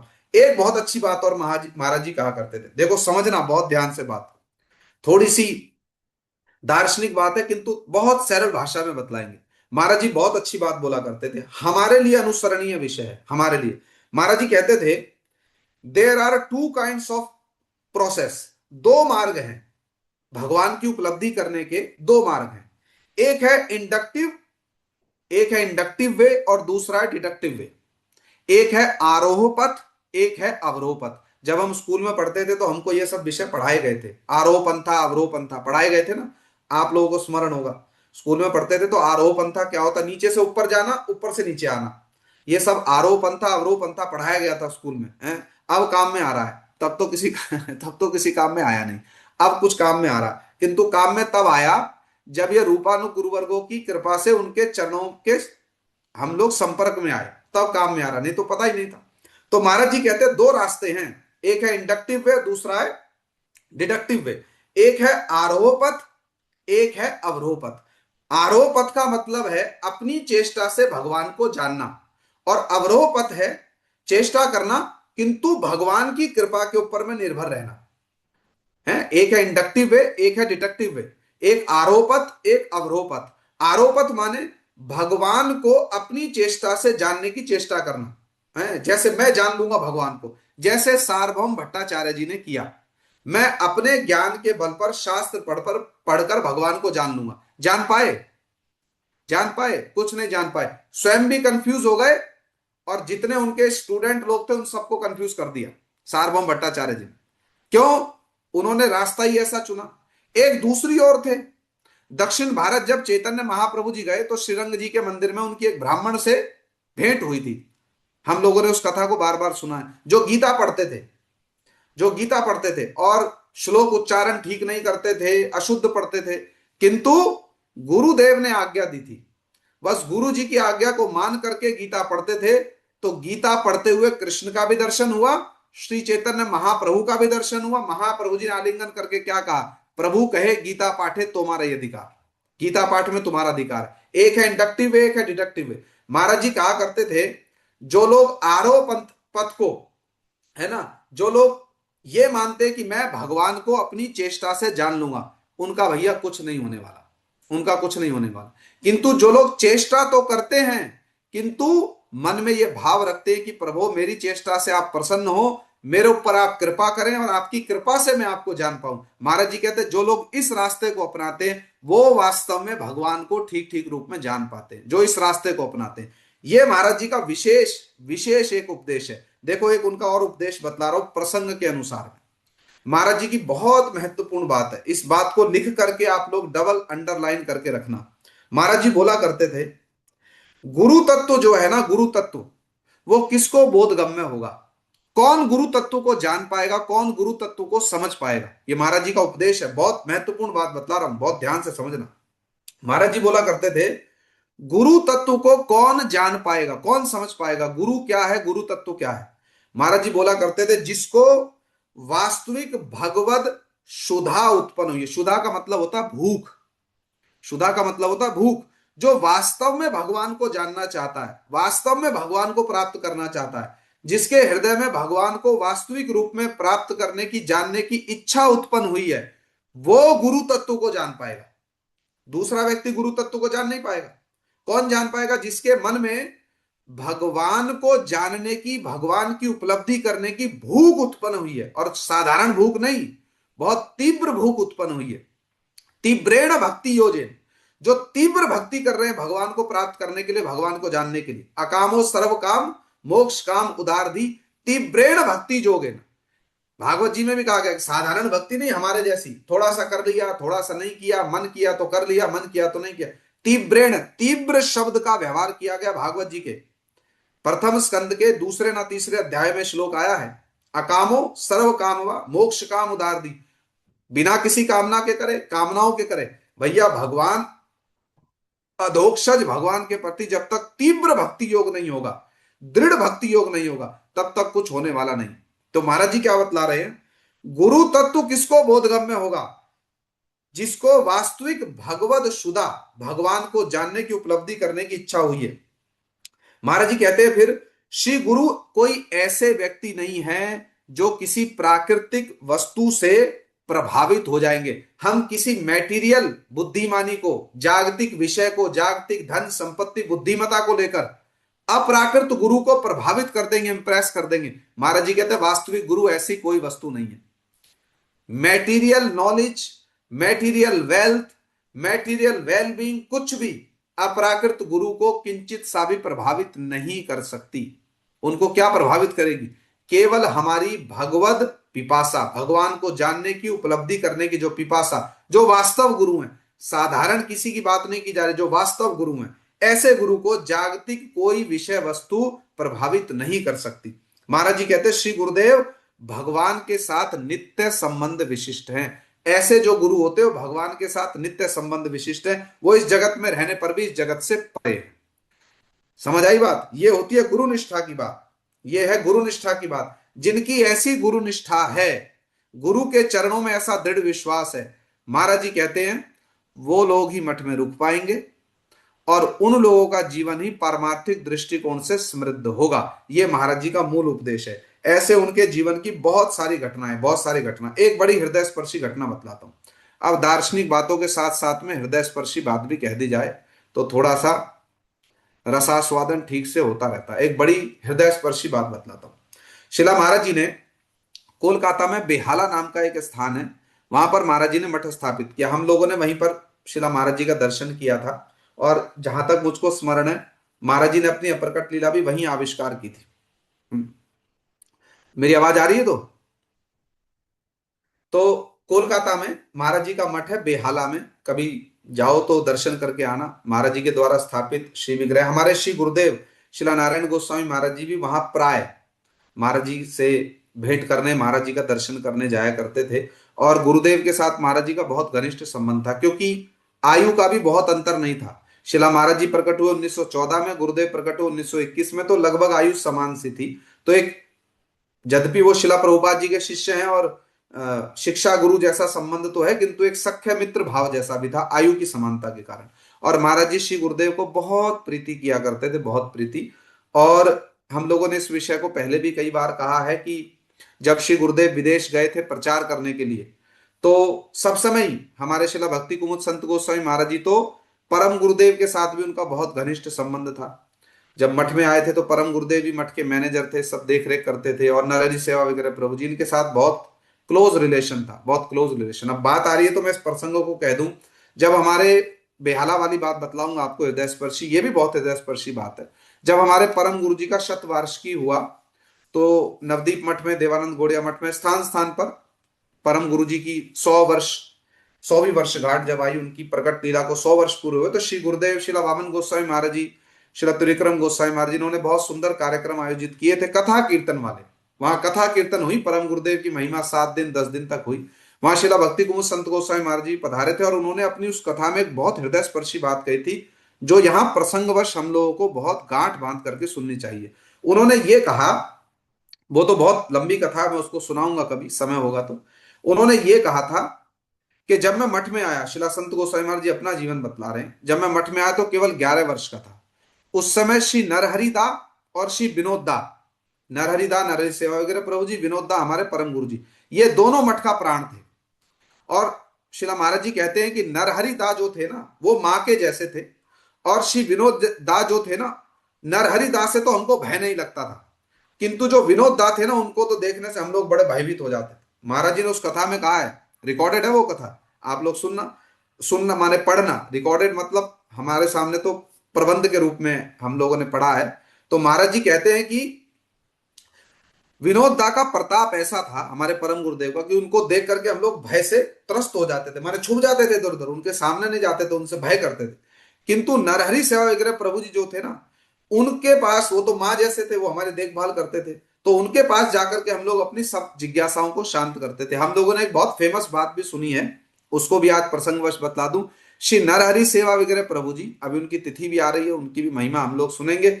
वो सारे दिन मठ की सेवा करते थे, 24 घंटे में 24 घंटे। और हमारे परम गुरु जी उनके लिए कहा करते थे, शरीर के सारे अवयव, अवयव माने छोटे से छोटा जो बाल होता है ना, बाल, परम गुरु जी कहते वो भी मठ की सेवा में लगा रहता था 24 घंटे में 24 घंटे।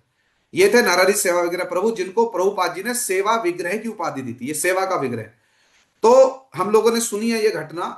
सेवा वगैरह प्रभु जी सारे दिन तो मठ में सेवा करते थे, और रात को क्या करते थे, अपनी इस चुटिया को पीछे ऐसे खूंटी पे बांध लेते थे कि कहीं नींद आएगी तो ऐसे होगा, तो चुटिया झटका लगेगा तो फिर हरिनाम करेंगे, सारी रात हरिनाम करते थे। अब कैसे वाले लोग थे ये भाई, हमको तो समझ में ही नहीं आता। ये तो सब अपराकृत लोग हैं। अब अपराकृत वस्तु का तो हमको कोई अनुभव है नहीं। सारे दिन सेवा करते हैं और सारी रात हरिनाम करते हैं। ऐसे भी लोग होते थे, बताओ, ऐसे भी लोग होते थे। अब हमारा कैसा दुर्भाग्य है कि हम ऐसे लोगों का दर्शन, ऐसे लोगों का स्पर्शन, ऐसे लोगों का संग क्या बतलाएं। और प्रभुपाद जी के ऐसे बहुत सारे आश्रित लोग थे।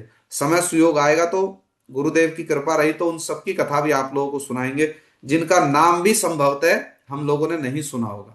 ऐसे ऐसी महिमा है उन लोगों की, ऐसी ऐसी महिमा क्या बतलाएं आप।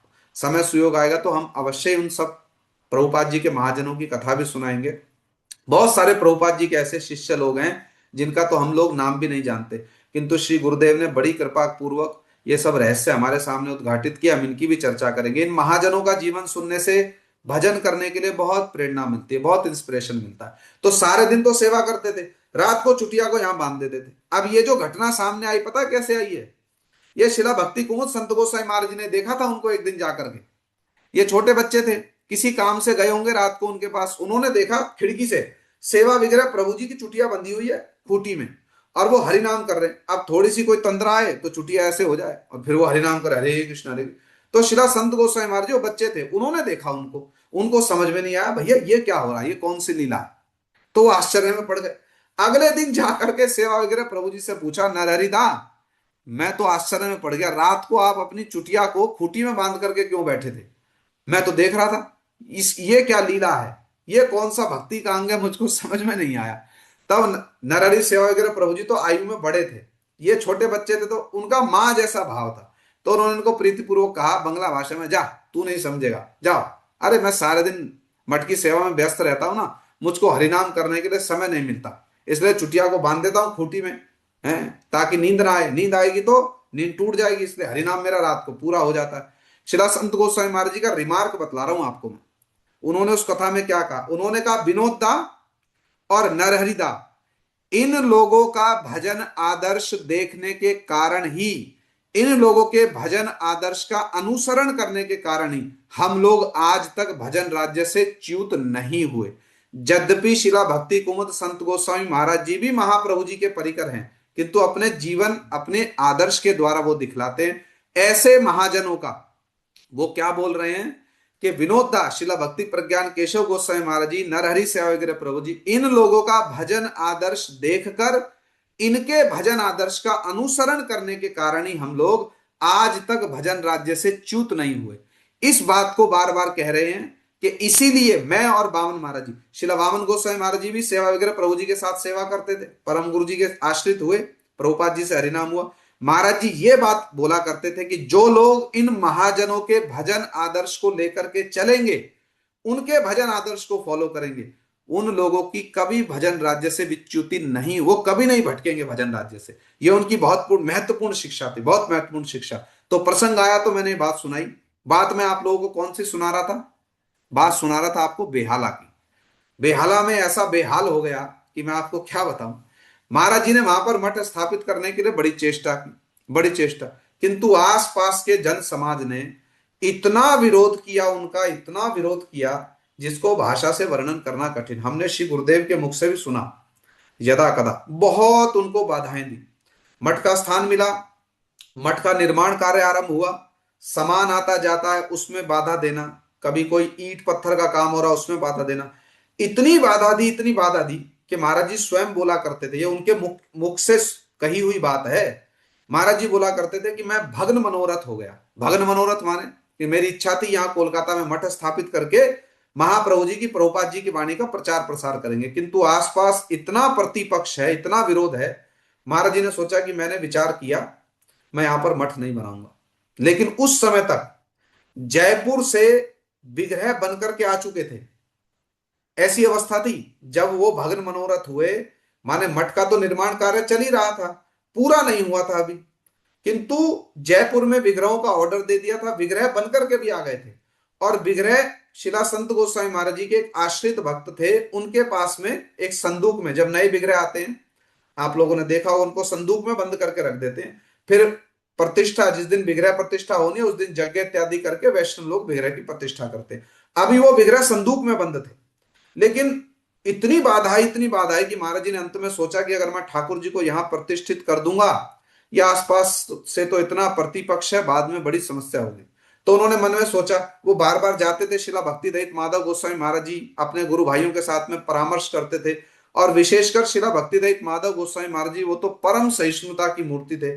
तो महाराज जी इनको आश्वासन दिया करते थे, शिला संत गोस्वामी महाराज जी को, शिला माधव गोस्वामी महाराज जी शिला संत गोस्वामी महाराज जी को सांत्वना देते थे, धैर्य रखो, हो जाएगा हो जाएगा, धीरे धीरे सब ठीक हो जाएगा। किंतु इतनी बाधा आई, महाराज जी भग्न मनोरथ हो गए, उनका मन बड़ा दुखी हुआ।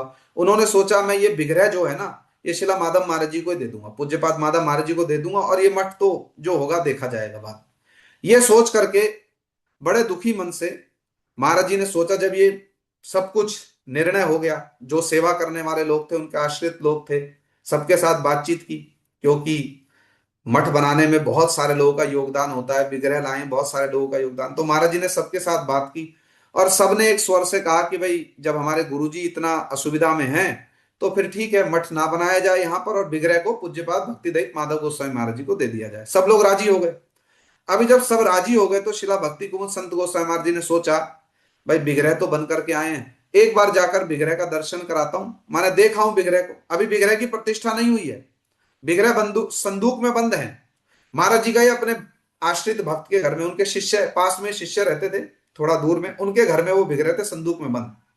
महाराज जी ने जाकर बड़े भारी मन से संदूक को खोला, और ये स्वयं महाराज जी बतलाते हैं, ये भी प्रिंटेड है, स्वयं महाराज जी के मुख से सुनी हुई बात। और यही बात को शिला भक्ति वल्लभ तीर्थ गोस्वामी महाराज जी जब शिला भक्ति दत्त माधव गोस्वामी महाराज जी की तिथि पर वहां गए थे, श्री चैतन्य गौड़िया मठ में, शिला भक्ति कुमुद संत गोस्वामी महाराज जी ने स्वयं ये कथा कही, ये प्रिंटेड भी है, और इसी कथा को शिला भक्ति वल्लभ तीर्थ गोस्वामी महाराज जी ने भी कोटेड किया हुआ है। ऐसा नहीं कि केवल कोई सुनी सुनाई गल्प है, ये महाजनों की वाणी और परम सत्य वाणी है।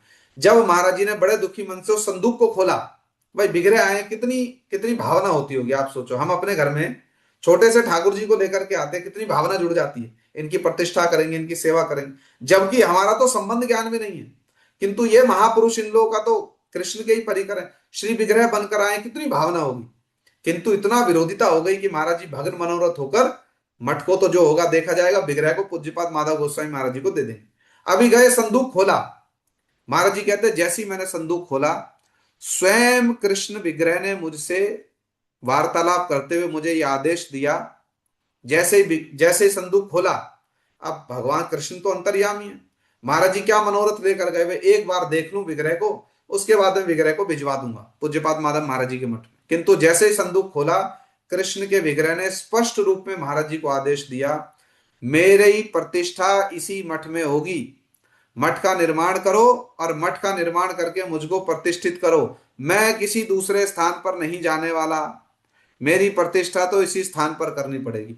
महाराज जी सुनकर के अवाक हो गए, वहीं पर एकदम स्टैचू के जैसे हो गए, और महाराज जी कहते मेरे नेत्रों से झर झर झर झर अश्रुपात होने लगे, और मैंने हाथ जोड़ करके कहा कि हे भगवान, आपकी इतनी करुणा, अभी तो आपकी प्रतिष्ठा भी नहीं हुई, किंतु आपने इतनी करुणा पूर्वक आपने मुझको यह आदेश वाणी दी। मैं अब फिर वही बात आती, जो प्रतिभावान लोग है ना, अब उन्होंने कंप्लेंट नहीं की कृष्ण से, अरे भाई इतनी समस्या के बीच में कैसे करूंगा, आप ही कुछ व्यवस्था करो, कुछ नहीं कहा, भगवत वाणी को शिरोधार्य किया, चुनौती को स्वीकार किया, मैं यही मठ बनाऊंगा और आपको यही प्रतिष्ठित करूंगा। बाद में मठ भी बना, ठाकुर जी की प्रतिष्ठा भी हुई, और उसी बेहाला मठ से इतना प्रचार प्रसार हुआ, इतना प्रचार प्रसार हुआ, जिसको भाषा से वर्णन करना कठिन है। आज भी वो मठ स्थापित है, और इतना सुंदर, वहां पर हम लोग गए, हम लोगों ने तो दर्शन किया, पूज्यपाद महाराज जी का दर्शन भी हम लोगों को वहीं सौभाग्यवश प्राप्त हुआ।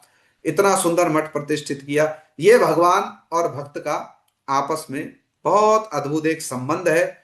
और जैसे चैतन्य चरितामृत में कृष्णदास कविराज गोस्वामी जी ने लिखा ना, भक्तेर द्रव्य प्रभु काड़ी काड़ी खाए, अभक्तेर द्रव्य प्रभु उलटी न चाहे। भगवान जो है ना, अपने निजी भक्त के पास में तो मांग करके भी उनसे सेवा लेते हैं, बोल करके भी उनसे सेवा लेते हैं। ये भगवान और भक्त का एक अद्भुत संबंध है, अद्भुत संबंध। तो महाराज जी के जीवन की बड़ी अद्भुत अद्भुत घटनाएं हैं। समय क्या हो गया? अरे समय तो बड़ा हो गया। तो महाराज जी के जीवन की बड़ी अद्भुत अद्भुत घटनाएं। अब देखो एक और घटना सुना। घटना सुनाऊं ना, दार्शनिक विचार सुनाऊं? विचार भी बहुत सुंदर सुंदर है उनकी कथाओं से, अद्भुत हृदय स्पर्शी दार्शनिक विचार है। किंतु फिर आप लोग कहोगे कि दार्शनिक अधिक हो गया, रसिक बातें बतलाओ। तो थोड़ी रसिक और दार्शनिक बातें महाराज जी को स्मरण करते हुए, देखो ऐसा ही होता है जब संबंध ज्ञान हो जाए ना ठाकुर जी के साथ में, तब तो भगवान मांग करके सेवा लेते हैं भैया। अब महाराज जी का एक और वैशिष्ट्य आपको बतलाऊं। महाराज जी प्रतिपक्ष का खंडन करने में बड़े सिद्धस्त थे, बड़े सिद्धस्त। और मैंने प्राचीन वैष्णवों के मुख से व्यक्तिगत रूप में महाराज जी की बहुत सारी घटनाएं हैं, बहुत अद्भुत अद्भुत बातें, कुछ तो ऐसी हैं जिनको कहा भी नहीं जा सकता। सोरो नाम का एक स्थान है, आप लोगों को पता होगा, सोरो, पता है? सोरो नाम का एक स्थान पे जहां पर गंगा जी प्रवाहित होती हैं। अब वो घटना तो मैं आपको नहीं बतला सकता मर्यादा के कारण, किंतु महाराज जी, हमारे गुरु महाराज जी भी वहां पर गए हुए थे, शिला महाराज जी भी वहां पर थे, हमने प्राचीन वैष्णवों के मुख से सुनी है बात। और महाराज जी ने वहां पर जो प्रतिपक्ष का एक ब्रह्मवादी व्यक्ति का जो खंडन किया ना, क्या आपको बतलाऊं। अब उसको तो बतलाना थोड़ा कठिन है, किंतु जो बतलाया जा सकता है वो बतलाता हूं आपको। किंतु ये जो नहीं बतलाया जा सकता, ये भी जो बतलाया, ये इसलिए बतलाया कि ये बतलाना आवश्यक था। क्या क्या बतलाना आवश्यक था? कि भैया प्रतिपक्ष का खंडन करने में वो बड़े सिद्धहस्त थे, और एकदम स्ट्रेट फॉरवर्ड, इधर की कोई बात नहीं होगी, उधर की कोई बात नहीं होगी। अच्छा, इससे पहले वो बात बतला दूं ना, ये बात बतला करके वो बात बतलाऊं जो मैं बतलाने वाला था। समझ में आया मैं क्या बतला रहा? समझ में आया नहीं आया? चलो फिर यही बात बतला देता हूं, इसके बाद में दूसरी बात बतलाऊंगा। शिला महाराज जी, प्रभुपाद जी के प्रकट होने के बाद में, शिला महाराज जब प्रभुपाद जी प्रकट हो गए ना, प्रभुपाद जी के समय से ही क्या होता था, नवदीप धाम की परिक्रमा जो होती थी ना, नवदीप धाम की परिक्रमा के बाद में गौर पूर्णिमा का बहुत भारी उत्सव होता था। उसमें बड़े बड़े प्रभुपाद जी बहुत विशिष्ट गणमान्य लोगों को बुलाया करते थे, ताकि महाप्रभु की आविर्भाव स्थली का प्रचुर परिमाण में प्रचार प्रसार हो सके। महाराज शिला प्रभुपाद जी के समय से प्रथा थी। जब प्रभुपाद जी प्रकट हो गए, तो पूज्यपाद भक्ति विलास तीर्थ गोस्वामी महाराज जी, वो चेतन मूल मठ की सब देखभाल करते थे, तो वो इस प्रथा को उन्होंने आगे बढ़ाया। तो ये तब की बात है जब प्रभुपाद जी प्रकट हो गए थे। एक समय शिला भक्ति कुमुद संत गोस्वामी महाराज जी, उनका तब संन्यास हो गया था। 1942 के बाद की बात है, 46, 47, 50 ऐसे रही होगी बात। नवदीप धाम की परिक्रमा संपन्न हुई और गौर पूर्णिमा का शुभ महामहोत्सव चल रहा था, और योग पीठ में बहुत भारी विराट उत्सव हो रहा था। बड़े धुरंधर लोग वहां पर विराजमान थे, महाप्रभु जी के संबंध में कथा कीर्तन चल रहा था। अभी शिला महाराज जी, उनका संन्यास तो हो गया था, किंतु उनसे सीनियर जो बहुत सारे उनके गुरु भाई लोग थे, वो वहां पर प्रेजेंट थे और बड़े गणमान्य लोग थे। महाराज जी उस सभा में विराजमान थे, शिला संत गोस्वामी महाराज जी। अब उस सभा को संचालित कर रहे थे शिला भक्ति विलास तीर्थ गोस्वामी महाराज, वो भी प्रभुपाद जी के श्री कुंजदा, जो प्रभुपाद जी के बहुत वरिष्ठ शिष्य थे, सीनियर शिष्य, सीनियर मोस्ट डिसाइपल्स में से एक, वो उस सभा को संचालित कर रहे थे। उन्होंने उस सभा में कोई सप्त तीर्थाचार्य, कोई 10 तीर्थाचार्य, वहां बड़े धुरंधर लोग आते थे, वो सभा ही कुछ और थी। वहां पर तो साधारण भाषा में को जो पंडिताई होती है ना, पंडिताई विद्वता, उसकी सीमा वहां पर दिखलाई देती थी, क्या धुरंधर लोग आते थे। अब ऐसे ही एक बड़े धुरंधर व्यक्ति थे, जिनकी उपाधि थी पंचतीर्थ, जिनकी उपाधि थी पंचतीर्थ, बड़े गणमान्य व्यक्ति। उनको शिला भक्ति विलास तीर्थ गोस्वामी महाराज जी ने महाप्रभु जी के संबंध में कुछ कथा बोलने के लिए निवेदन किया। अब उन्होंने कथा में खड़े होकर बहुत लंबी चौड़ी बातें कही, किंतु लंबी चौड़ी बातें बोलते बोलते ये कह दिया कि महाप्रभु जी मायावादी थे। महाप्रभु जी, क्योंकि महाप्रभु जी ने मायावादी संन्यास ग्रहण किया, और ये कह दिया महाप्रभु जी मायावादी थे। अब शिला संत गोस्वामी महाराज जी एक और बैठे थे। जब उन्होंने इस विचार को सुना, तो उनके मन में बड़ा भारी दुख हुआ, बड़ा भारी दुख। दुख क्या हुआ, अब आप समझना बात को ध्यान से। शिला संत गोस्वामी महाराज जी को कथा नहीं बोलनी थी, क्योंकि समय बहुत लिमिटेड था, और उनके बहुत सारे ज्येष्ठ गुरु भ्राता और बहुत बाहर से आए लोग थे। वो कनिष्ठ भी थे, और दूसरा क्या था, घर के लोग थे। तो इसलिए बाहर के बहुत सारे गणमान्य लोग थे, फिर ज्येष्ठ लोग थे, उनको कथा बोलनी थी। उनको कथा बोलनी नहीं थी शिला संत गोस्वामी महाराज जी को। इट वॉज नॉट डिसाइडेड कि ये आज पूज्यपाद संत महाराज जी कथा बोलेंगे, इट वॉज नॉट डिसाइडेड। लेकिन जब उन्होंने विचार सुना शिला संत गोस्वामी महाराज ने, वो पंचतीर्थ महोदय ने कह दिया महाप्रभु जी मायावादी थे, शिला संत गोस्वामी महाराज जी के मन में बड़ा भारी दुख हुआ। दुख ये हुआ कि महाप्रभु जी के आविर्भाव दिवस के दिन, महाप्रभु जी के जन्म स्थान पर मेरे कान में यह सुनने को जा रहा है कि महाप्रभु जी मायावादी थे। ये तो भगवान की निंदा हुई, ये तो भगवान की निंदा है। तो उनके मन में बड़ा अनुताप हुआ, बड़ा अनुताप, किंतु सभा को तो छोड़कर जा नहीं सकते, सभा की एक मर्यादा है। अब उनके मन में बड़ा अनुताप हुआ, कथा उनको बोल नहीं सकते कि कुछ उठ करके बोले, it was not pre decided, किंतु मन मन में उनको बड़ा अनुताप हुआ। महाप्रभु जी के जन्म दिवस के दिन, आविर्भाव के दिन, महाप्रभु जी की जन्म स्थली, आविर्भाव स्थली पर मुझको महाप्रभु के विषय में ये सुनने को मिल रहा है, महाप्रभु मायावादी थे। मन मन में बड़ा अनुताप। अब जब वो पंचतीर्थ महाशय ने कथा समाप्त की, हठात उसी समय में भगवत प्रेरणा से पूज्यपाद भक्ति विलास तीर्थ गोस्वामी महाराज जी ने माइक पर अनाउंसमेंट की, अब हमारे पूज्यपाद संत महाराज जी महाप्रभु जी के विषय में कुछ कथा बोलेंगे। It was not pre decided. जब उन्होंने सुना तो चौंक गए, अरे मुझको तो बोलना नहीं था, किंतु चौंके क्योंकि उनके मन में ये भारी अनुताप हुआ कि मुझको महाप्रभु जी के जन्म दिवस के दिन, महाप्रभु जी के ही आविर्भाव स्थान पर महाप्रभु जी के विषय में सुनने को मिल रहा है। ये शब्द तो कान में नहीं जाने चाहिए।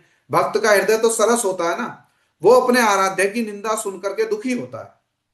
अब वो तो महाप्रभु जी की महिमा सुनकर के प्रसन्न होते हैं, उनको जब ये सुनने को मिला मन बड़ा दुखी हुआ। हठात पूज्यपाद तीर्थ महाराज जी ने उनके विषय में अनाउंसमेंट किया, अब हमारे पूज्यपाद संत गोस्वामी महाराज जी हरि कथा बोलेंगे। महाराज जी दम दमाते हुए उठे और यही उनका वैशिष्ट्य था। प्रतिपक्ष का जो वो खंडन किया करते थे और जिस भाषा, जिस ओजस्वी तेज के साथ में वो खंडन किया करते थे ना, प्रतिपक्ष को तो तितर बितर कर देते थे। खड़े हुए सभा में, और आयु में कम हैं, सारे सीनियर लोग हैं उनके, और बहुत सारे गणमान्य लोग हैं। इतना सुंदर विचार प्रस्तुत किया, इतना सुंदर विचार। यदि महाप्रभु जी मायावादी थे तो उन्होंने जाकर के प्रकाशानंद सरस्वती का खंडन क्यों किया? यदि महाप्रभु जी मायावादी थे, उन्होंने सार्वभौम भट्टाचार्य का खंडन क्यों किया? सार्वभौम भट्टाचार्य और प्रकाशानंद सरस्वती जी ने महाप्रभु जी का चरणाश्रय क्यों ग्रहण किया? तो ये बात सुनना हमारे लिए तो अमंगलजनक है कि महाप्रभु जी मायावादी थे।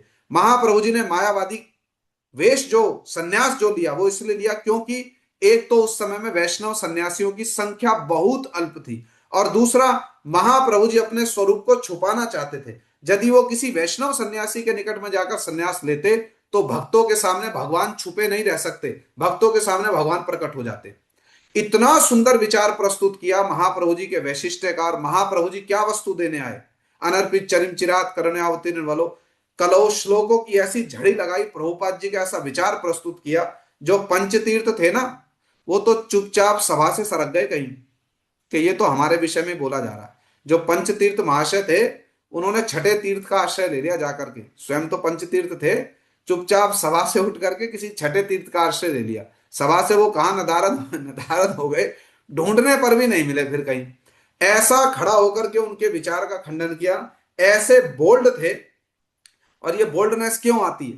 प्रभुपाद जी के विचारों के प्रति, गुरु के विचारों के प्रति जब ऐसी दृढ़ निष्ठा हो जाए ना, तब फिर साधक की स्वाभाविक रूप में, जब गुरु के चरणों में, भगवत चरणों में व्यक्ति शरणागत हो जाए। प्रभुपाद जी कहा करते थे इस बात को। दार्जिलिंग में शिला प्रभुपाद जी ने विचार प्रस्तुत किया था, कभी इसको कभी पृथक रूप से सुनाएंगे, ऐसे हमने पहले भी कहे हैं ये विचार। इतने बोल्ड थे, इतने बोल्ड कि माने इतने निर्भीक वक्ता थे, सामने कौन व्यक्ति है कौन व्यक्ति नहीं, इससे उनको कोई लेना देना नहीं। वास्तव सत्य, जो शास्त्र का खाटी विचार, शुद्ध विचार, और केवल बाहर के लोग नहीं, अपने शिष्य लोग भी किंचित इधर से उधर हो जाए, महाराज जी जिस भाषा में खंडन करते थे, जो शासन किया करते थे, वो सुन करके मन भयभीत हो जाता है। भयभीत क्योंकि साधारण नहीं होता। हम लोग तो समझते हैं साधु ऐसा होना चाहिए कि जब जाएं तो बस वो प्रेम की वर्षा कर दे हमारे ऊपर में। हमको तो साधु ऐसा चाहिए। साधु से हम लोग क्या समझते हो? तृणादपि सुनीच का अर्थ हम लोग क्या समझते हैं? बस साधु तो सब समय ऐसे रहेगा, वो कभी कुछ नहीं बोलेगा, मुंह ही ऊपर नहीं उठाएगा साधु। किंतु तृणादपि सुनिश्ता का अर्थ क्या होता है, ये शिला प्रभुपाद जी और उनके गणों से हमको सीखना चाहिए। अपने ऊपर जब आक्रमण होगा व्यक्तिगत, तब साधु तृणादपि सुनीच होगा। किंतु गुरु परंपरा, शास्त्र के विचार के प्रति यदि कोई आक्रमण करेगा तो वो इतने निर्भीक हो जाते, इतने निर्भीक, जिसको भाषा से वर्णन करना कठिन है। महाराज जी ऐसे वास्तव सत्य के निर्भीक वक्ता थे। अच्छा, मैं एक बात बतला रहा था आपको, बात बीच में रह गई, रही तो नहीं, आरंभ भी नहीं की। अब कहो तो बतला दूं। समय कितना हो गया? अभी तो आरंभ भी हुआ है, इतने में समय पूरा हो गया। समय का भी कुछ करो, भक्त लोग मिलकर के समय का भी कुछ करो। देखो, एक बड़ी अच्छी बात बतलाता हूं आपको। शिला प्रभुपाद भक्ति सिद्धांत सरस्वती गोस्वामी ठाकुर जी ने, पूज्यपाद महाराज जी जब ये द न्यू इंडियन स्कूल में पढ़ रहे थे ना, आप थोड़ा सा पीछे चले जाओ फिर से, तो ये द न्यू इंडियन स्कूल में पढ़ते हुए पढ़ाई करते थे। पढ़ने में भी, फिर घर में जब रहते थे तब तो पढ़ते नहीं थे, जब मठ में आ गए तो फिर पारमार्थिक शिक्षा हो, जागतिक शिक्षा हो, सब स्थान पर अव्वल, फर्स्ट नंबर सब समय। किंतु पढ़ते थे तो साथ साथ प्रभुपाद जी की कथा भी सुनते थे, और प्रभुपाद जी की कथा सुनते थे और प्रभुपाद जी के गणों की कथा भी सुनते थे। स्वयं भी प्रभुपाद जी के गण हैं, पर अपने ज्येष्ठ गुरु भ्राताओं की कथा भी सुनते थे। जब कथा सुनते थे तो धीरे धीरे धीरे धीरे इनके मन में क्या आया कि भाई मैं जागतिक शिक्षा तो अर्जन कर रहा हूं, किंतु प्रभुपाद जी, भक्ति विनोद ठाकुर जी तो कथा में कहते हैं, जड़ विद्या जो तो मायार वैभव तुम्हार भजने बाधा, मोह जन्मी अनित्य संसार जीव के करे गाधा। ये जड़ विद्या और माया का जितना वैभव है, ये तो संसार में आसक्त करने वाला, मोह जन्मी अनित्य संसार है। ये जागतिक शिक्षा तो जीव को मोह में डाल करके उसको गधा बना देगी।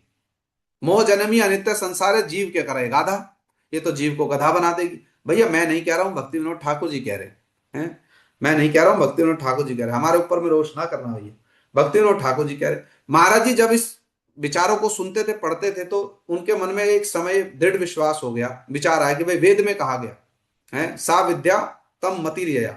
विद्या तो वो है जो तम भगवान के चरणों में मति लगा दे। महाप्रभु जी ने दिग्विजय पंडित को कहा था, सही से विद्यार फल जानी हो निश्चय, कृष्ण पाद पद में जाते चित्त वित्त रहे।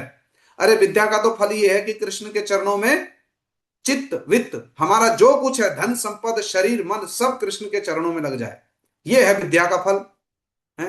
विद्या भागवत अवधि, विद्या का तो फल है अवधि, भागवत विद्या की अवधि है। भागवत माने भगवान और भगवान के भक्तों के चरणों में शरणागत होना, यह विद्या की अवधि, श्रेष्ठ फल है विद्या का। जब उनके मन में विश्वास हुआ, माने ये दृढ़ निश्चय हो गया, उन्होंने प्रभुपाद जी के चरणों में जाकर निवेदन किया, मैं और जागतिक शिक्षा अर्जन नहीं करना चाहता। अब प्रभुपाद जी तो प्रभुपाद जी थे, फोर्सफुली कुछ भी नहीं था। प्रभुपाद जी ने जब पूछा अब क्या करने की इच्छा, उन्होंने कहा प्रभु थोड़ा शास्त्र इत्यादि पढ़ना है, तो इसलिए कुछ व्याकरण पढ़ लेता हूं। तो प्रभुपाद जी ने कहा ठीक है। तो प्रभुपाद जी ने उनकी व्याकरण पढ़ने की व्यवस्था करा दी। एक गौरीदास पंडित नाम के काव्य व्याकरण तीर्थ थे प्रभुपाद जी के समय में, वो अपनी पाठशाला चलाते थे मायापुर में, भक्त थे, बहुत अच्छे सज्जन थे। उनकी उपाधि थी काव्य व्याकरण तीर्थ, जो साक्षात काव्य और व्याकरण के तीर्थ थे। उन गौरीदास पंडित जी के पास इनको पढ़ने के लिए भेज दिया व्याकरण। अब श्री संत गोस्वामी महाराज जी ने जागतिक मैटीरियल स्टडी छोड़ दी, अब क्या पढ़ने लगे, व्याकरण। किंतु उद्देश्य क्या था, व्याकरण पढ़ के शास्त्र में प्रवेश करना, यह उद्देश्य था। अब पढ़ने लगे और मठ की सेवा भी करते थे। उसी समय क्या हुआ, प्रभुपाद जी कोलकाता से मायापुर आए, और मायापुर आकर प्रभुपाद जी के प्रचार का एक वैशिष्ट्य था, वो सत शिक्षा प्रदर्शनी लगवाया करते थे। सत शिक्षा प्रदर्शनी लगवाते थे प्रभुपाद जी। अभी भी मठों में जाओ तो आप लोग देखते होंगे, वो चित्र बने रहते ना, मिट्टी के बना के रखते हैं मठों में हमारे, उसमें कृष्ण अघासुर को मार रहे हैं, बकासुर को मार रहे हैं, पूतना उद्धार की लीला, ये सब सत शिक्षा प्रदर्शनी में लगता था। और ब्रह्मचारी लोग जो है ना, ब्रह्मचारी सन्यासी लोग एक एक लीला को रिप्रेजेंट करते थे। हजारों की संख्या में लोग आते थे, हजारों की संख्या में लाइन लगाकर, और एक ग्रुप आया, फिर दूसरा ग्रुप आया, तीसरा ग्रुप आया, पूरी व्यवस्था होती थी। और ब्रह्मचारी लोग खड़े होते थे, एक एक लीला को एक्सप्लेन करते थे, उसकी शिक्षा बताते थे, जिससे लोगों को महाप्रभु की लीला, कृष्ण की लीला के विषय में जानकारी मिले। प्रभुपाद जी सत शिक्षा प्रदर्शनी लगवाते थे। अभी महाराज जी व्याकरण पढ़ रहे हैं, इतने में क्या हुआ, मायापुर में नवदीप परिक्रमा के समय में सत शिक्षा प्रदर्शनी लगवाने का प्रस्ताव आया। अब उसमें पूरी टीम बनती थी, एक दो लोगों का तो काम नहीं है, बहुत लंबे चौड़ी टीम चाहिए। तो उस टीम में प्रभुपाद जी ने शिला भक्ति कुमुद संत गोस्वामी महाराज जी, उस समय उनका श्री राधारमण ब्रह्मचारी, उनका भी नाम लिखवा दिया कि राधारमण ब्रह्मचारी ये भी सत शिक्षा प्रदर्शनी में सेवा करेंगे।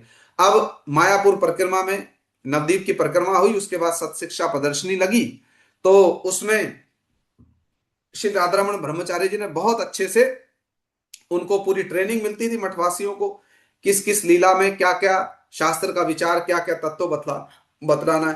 तो श्री राधारमण ब्रह्मचारी जी ने सेवा की। अब जब ये मायापुर की प्रदर्शनी हो गई बहुत अच्छे से, उसके बाद में राधारमण ब्रह्मचारी जी ने, शिला संत गोस्वामी महाराज जी ने बहुत अच्छे से सेवा की, तो उनको बहुत अप्रिशिएट किया गया। बाद में प्रभुपाद जी ने उनको राग कुमुद की उपाधि भी दी थी, गौर आशीर्वाद पत्र दिया था। राग कुमुद जो मिलता था ना, सब परम गुरु जी को कृति रत्न मिला, नरहरि सेवा वगैरह प्रभु जी को सेवा वगैरह का टाइटल मिला, तो उनको राग कुमुद का टाइटल प्रभुपाद जी ने दिया था। कीर्तनिया भी बहुत अच्छे थे। अब ये सत शिक्षा प्रदर्शनी एक बार हो गई, इसके बाद दोबारा शिला भक्ति विवेक भारती गोस्वामी महाराज जी, वो उस समय ढाका में प्रचार करते थे, तो शिला भक्ति विवेक भारती गोस्वामी महाराज जी ने प्रभुपाद जी से कहा कि इस वर्ष अब हम लोग ढाका में भी सत शिक्षा प्रदर्शनी लगाएंगे। प्रभुपाद जी ने कहा हाँ लगाओ, बहुत अच्छी बात, सरल भाषा में बतला रहा हूं। अब क्या हुआ, शिला भक्ति कुमुद संत गोस्वामी महाराज जी, राधा रमण ब्रह्मचारी जी, उन्होंने इतनी अच्छी सेवा की थी कि शिला भक्ति विवेक भारती गोस्वामी महाराज जी ने उनका नाम रिकमेंड किया कि भाई राधा रमण ब्रह्मचारी को मैं ढाका ले जाऊंगा अपने साथ। तो प्रभुपाद जी ने कहा हाँ बहुत अच्छी बात, ले जाओ।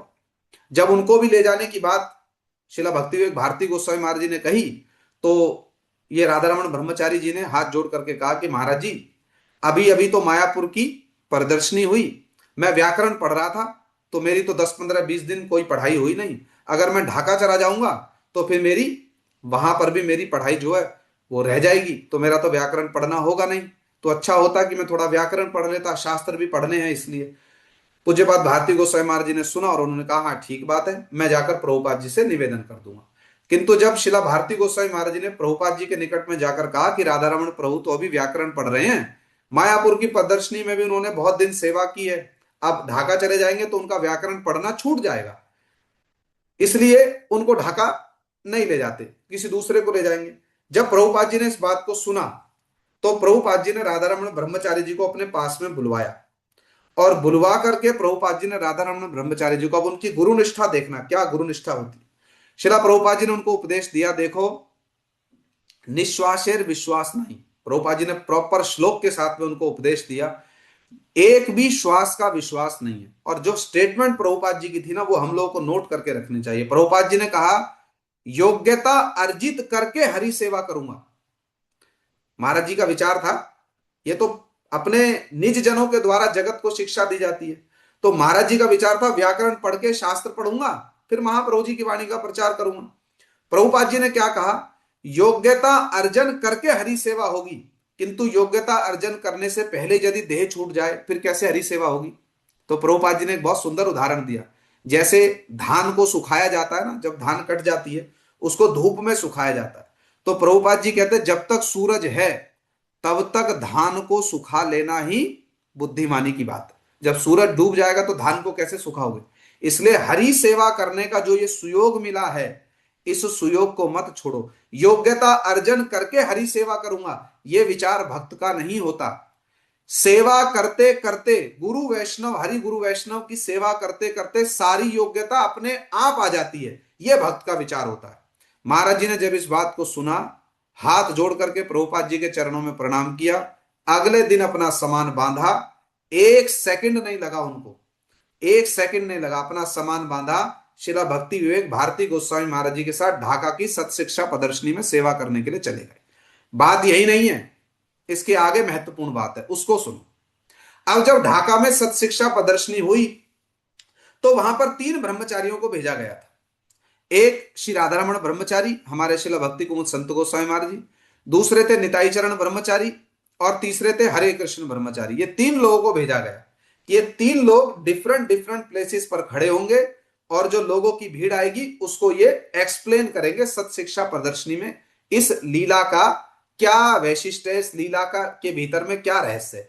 3 लोग सेवा कर रहे हैं, सेम सेवा।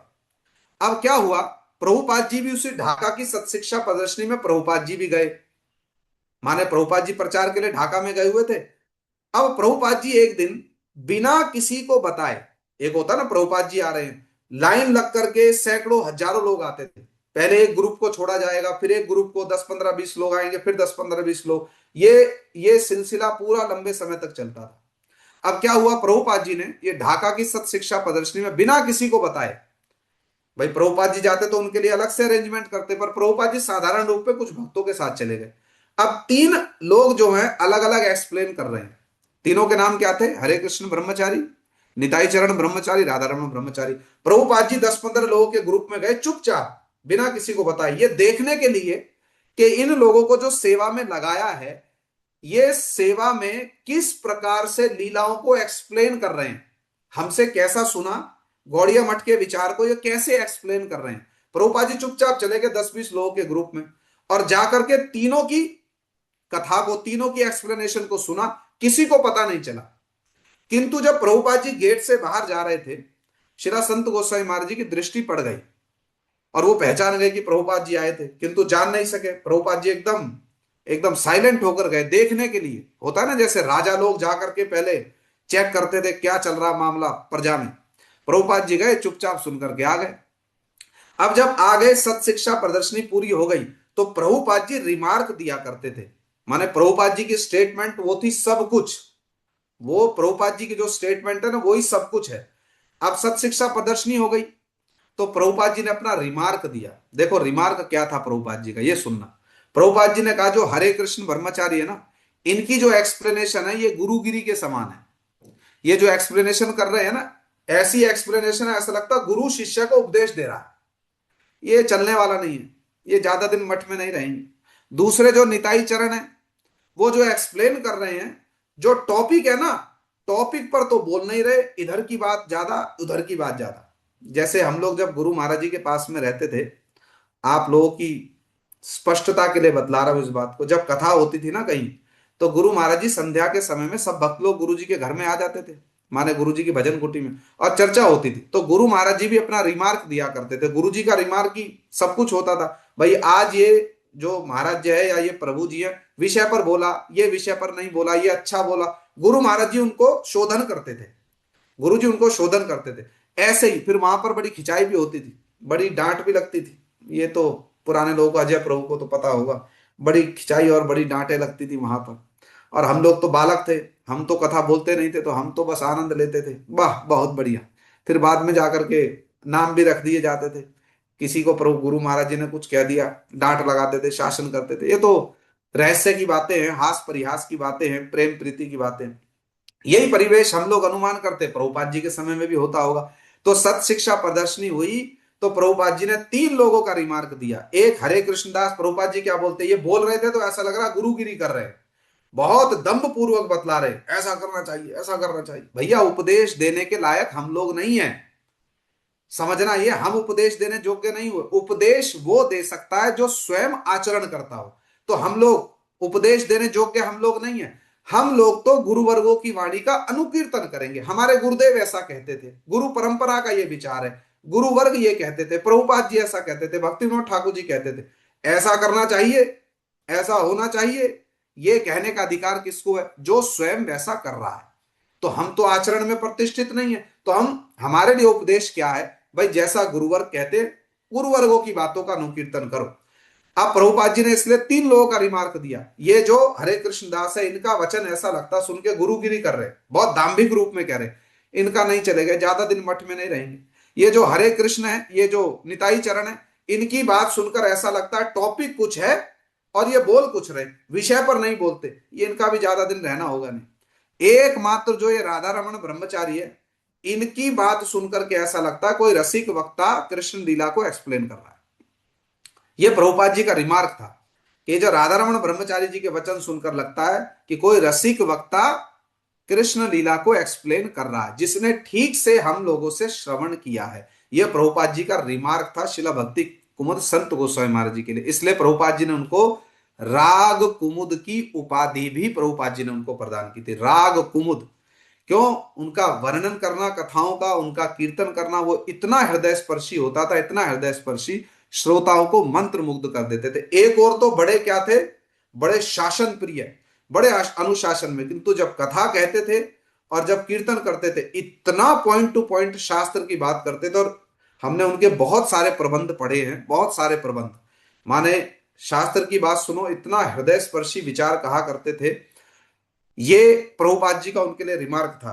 तो कथाएं तो उनकी बहुत सारी हैं, और एक कथा सुनाऊं, बड़ी हृदय स्पर्शी कथा है। जब उनकी दीक्षा हुई ना, है, तो छोटे बच्चे थे, उनकी दीक्षा जब हुई, तो पहले जब जब तक दीक्षा नहीं हुई थी, हरिनाम हुआ था, तो सब लोग उनको बोलते थे राधा रमन, राधा रमन। होता है ना, मठ में नया नया कोई बच्चा आया, पुराने पुराने लोग तो सब नाम से बुलाते थे, राधा रमन इधर आओ, ए राधा रमन उधर जाओ, सब लोग ऐसे बोला करते। जब उनकी दीक्षा हो गई, तो सब लोग उनको क्या बोलते थे? राधा रमन। प्रभु, प्रभु जी इधर आओ, प्रभु जी ये ले लो। अब उनके मन में आया, भाई अब तक तो सब लोग राधा रमन बुलाते थे, हमारे हम लोगों के लिए उल्टा होता है, हम लोगों के लिए उल्टा होता है। अब जब हमको कोई प्रभु ना बुलाए तो हमारे मन में दुख हो जाता है, हमको प्रभु नहीं बुला, हमारे नाम से बुला रहे, होता है कि नहीं? अब हाँ, किंतु मर्यादा अपनी ओर है। मर्यादा की बात, कोई ज्येष्ठ व्यक्ति कहे जो आपसे बहुत सीनियर है, बहुत जूनियर, तो प्रीति लगती है। आप कोई मर्यादा की हानि करे, वो पृथक बात है। जब इनको सब लोग राधा रमन प्रभु कहकर बुलाने लगे, तो इन्होंने, इनके मन में तो आया भाई ये क्या बात हो गई। ये गए प्रभुपाद जी के पास में, बालक तो थे, हाथ जोड़कर प्रणाम किया, प्रभु अब तक तो सब लोग मुझको राधा रमन बोलते थे, जिस दिन से मेरी दीक्षा हो गई है सब मुझको राधा रमन प्रभु कहकर बुलाते हैं, ये मामला मुझको समझ नहीं आ रहा। प्रभुपाद जी हंसने लगे सुनकर। प्रभुपाद जी ने हंसते हंसते कहा, देखो तुम्हारी दीक्षा हो गई है, अब तुम क्या हो गए हो। कृष्णदास कविराज गोस्वामी जी ने कहा है, गुरु सेवक है मान्य अपनार। अब तुम गुरु सेवक हो गए हो, दीक्षित भक्त हो गए हो, इसलिए सब लोग तुमको भगवान के सेवक, गुरु के सेवक मान करके तुमको प्रभु कहकर बुला रहे।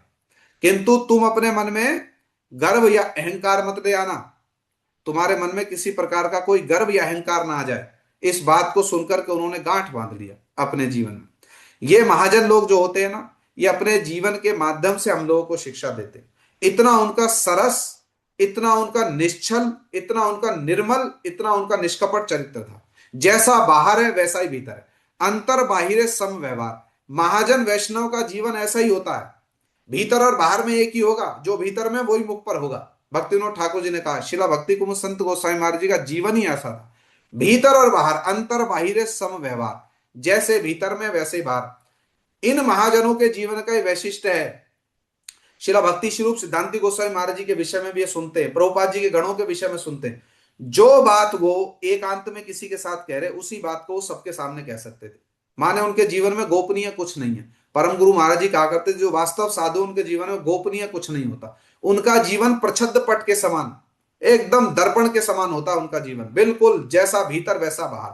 शिला भक्ति कुमुद संत गोस्वामी महाराज जी, उनका जीवन चरित्र ऐसा ही था, बहुत बहुत स्पष्टवादी, बहुत स्पष्टवादी। और प्रभुपाद जी के प्रति उनकी ऐसी जो दृढ़ निष्ठा थी ना, वो जाजवल्यमान, उसका एक प्रमाण हमारे शिला भक्ति कुमुद संत गोस्वामी महाराज जी थे। अद्भुत उनके जीवन की, एक दो नहीं, सैकड़ों उनके जीवन की ऐसी घटनाएं, कितनी अद्भुत अद्भुत, जिन घटनाओं में उनकी गुरु भक्ति, उनकी गुरु निष्ठा, उनकी संप्रदाय निष्ठा, उनकी गुरु सेवा, ये जो उनकी अतुलनीय गुणावली है, ये बार बार बार बार भूरे भूरी रूप में वो प्रकाशित होती है, भूरी भूरी रूप में। अद्भुत उनके जीवन की घटनाएं हैं।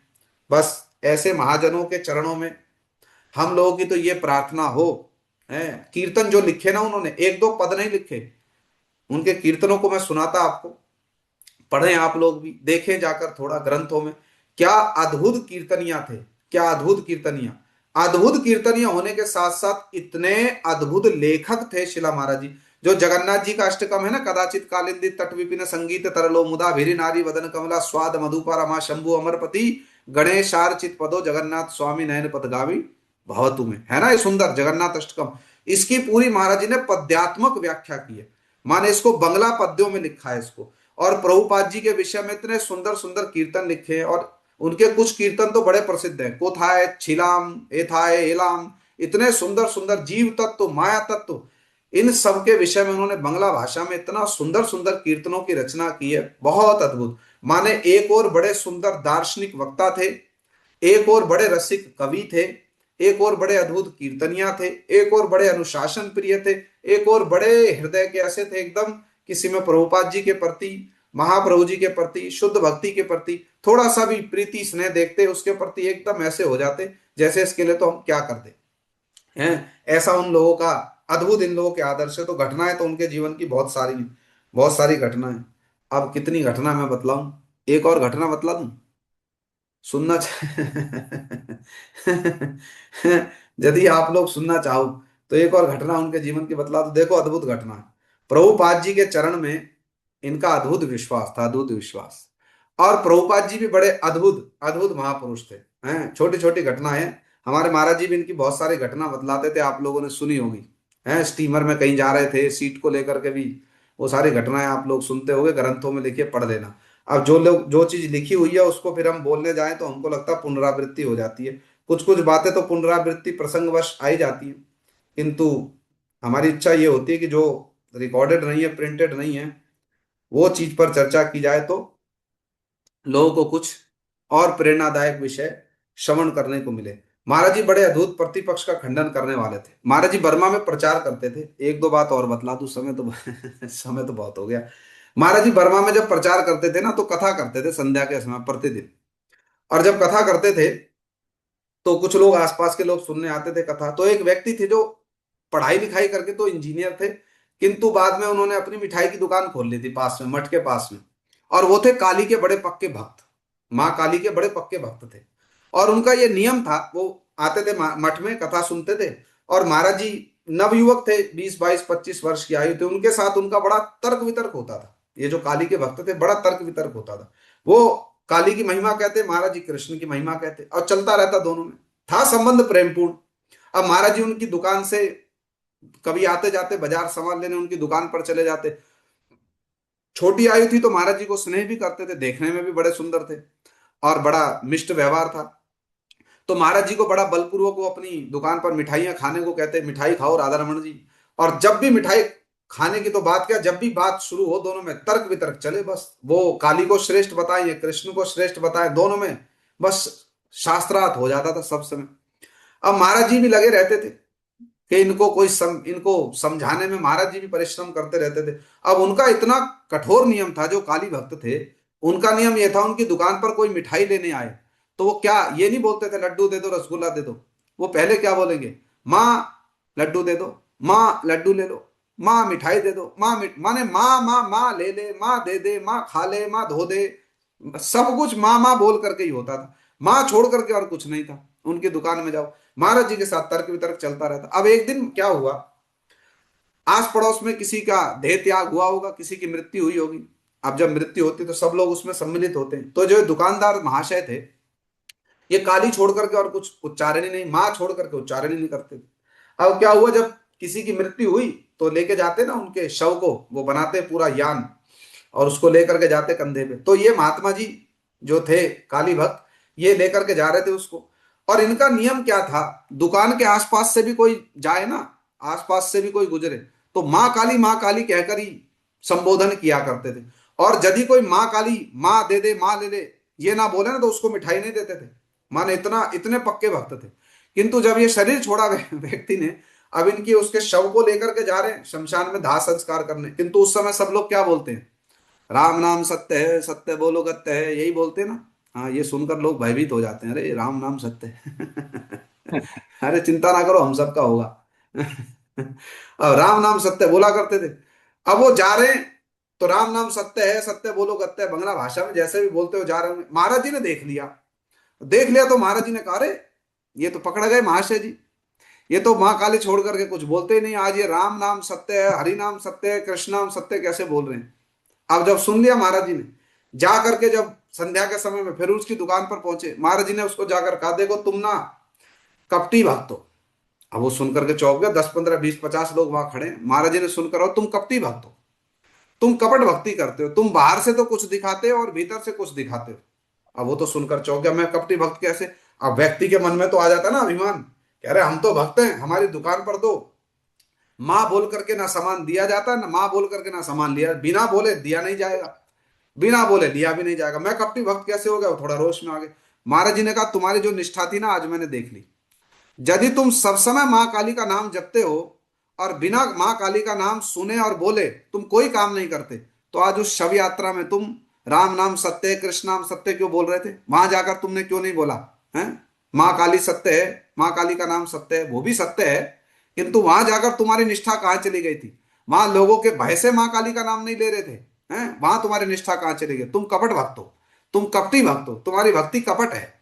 अब सुन करके जब उन्होंने देखा ना, धरे पड़े गए, तब तो कुछ नहीं कहा, हाथ जोड़ कर, महात्मा जी मैं आपको प्रणाम करता हूँ। अब यहाँ तो मैं आपके सामने शास्त्र की चर्चा नहीं कर सकता, मैं संध्या के समय मठ में आकर आपके साथ शास्त्र की चर्चा करता हूँ, किंतु अभी मैं आपको प्रणाम करता हूँ। ऐसे महाराज जी थे तार्किक, ऐसे तार्किक कि किसी भी परिस्थिति, किसी भी देश काल में भक्ति धर्म की बड़ी विशुद्ध प्रतिष्ठा करने वाले, बड़े निर्भीक थे, बड़े निर्भीक। बर्मा में प्रचार कर रहे थे तो उनके पास में एक मुसलमान व्यक्ति आए।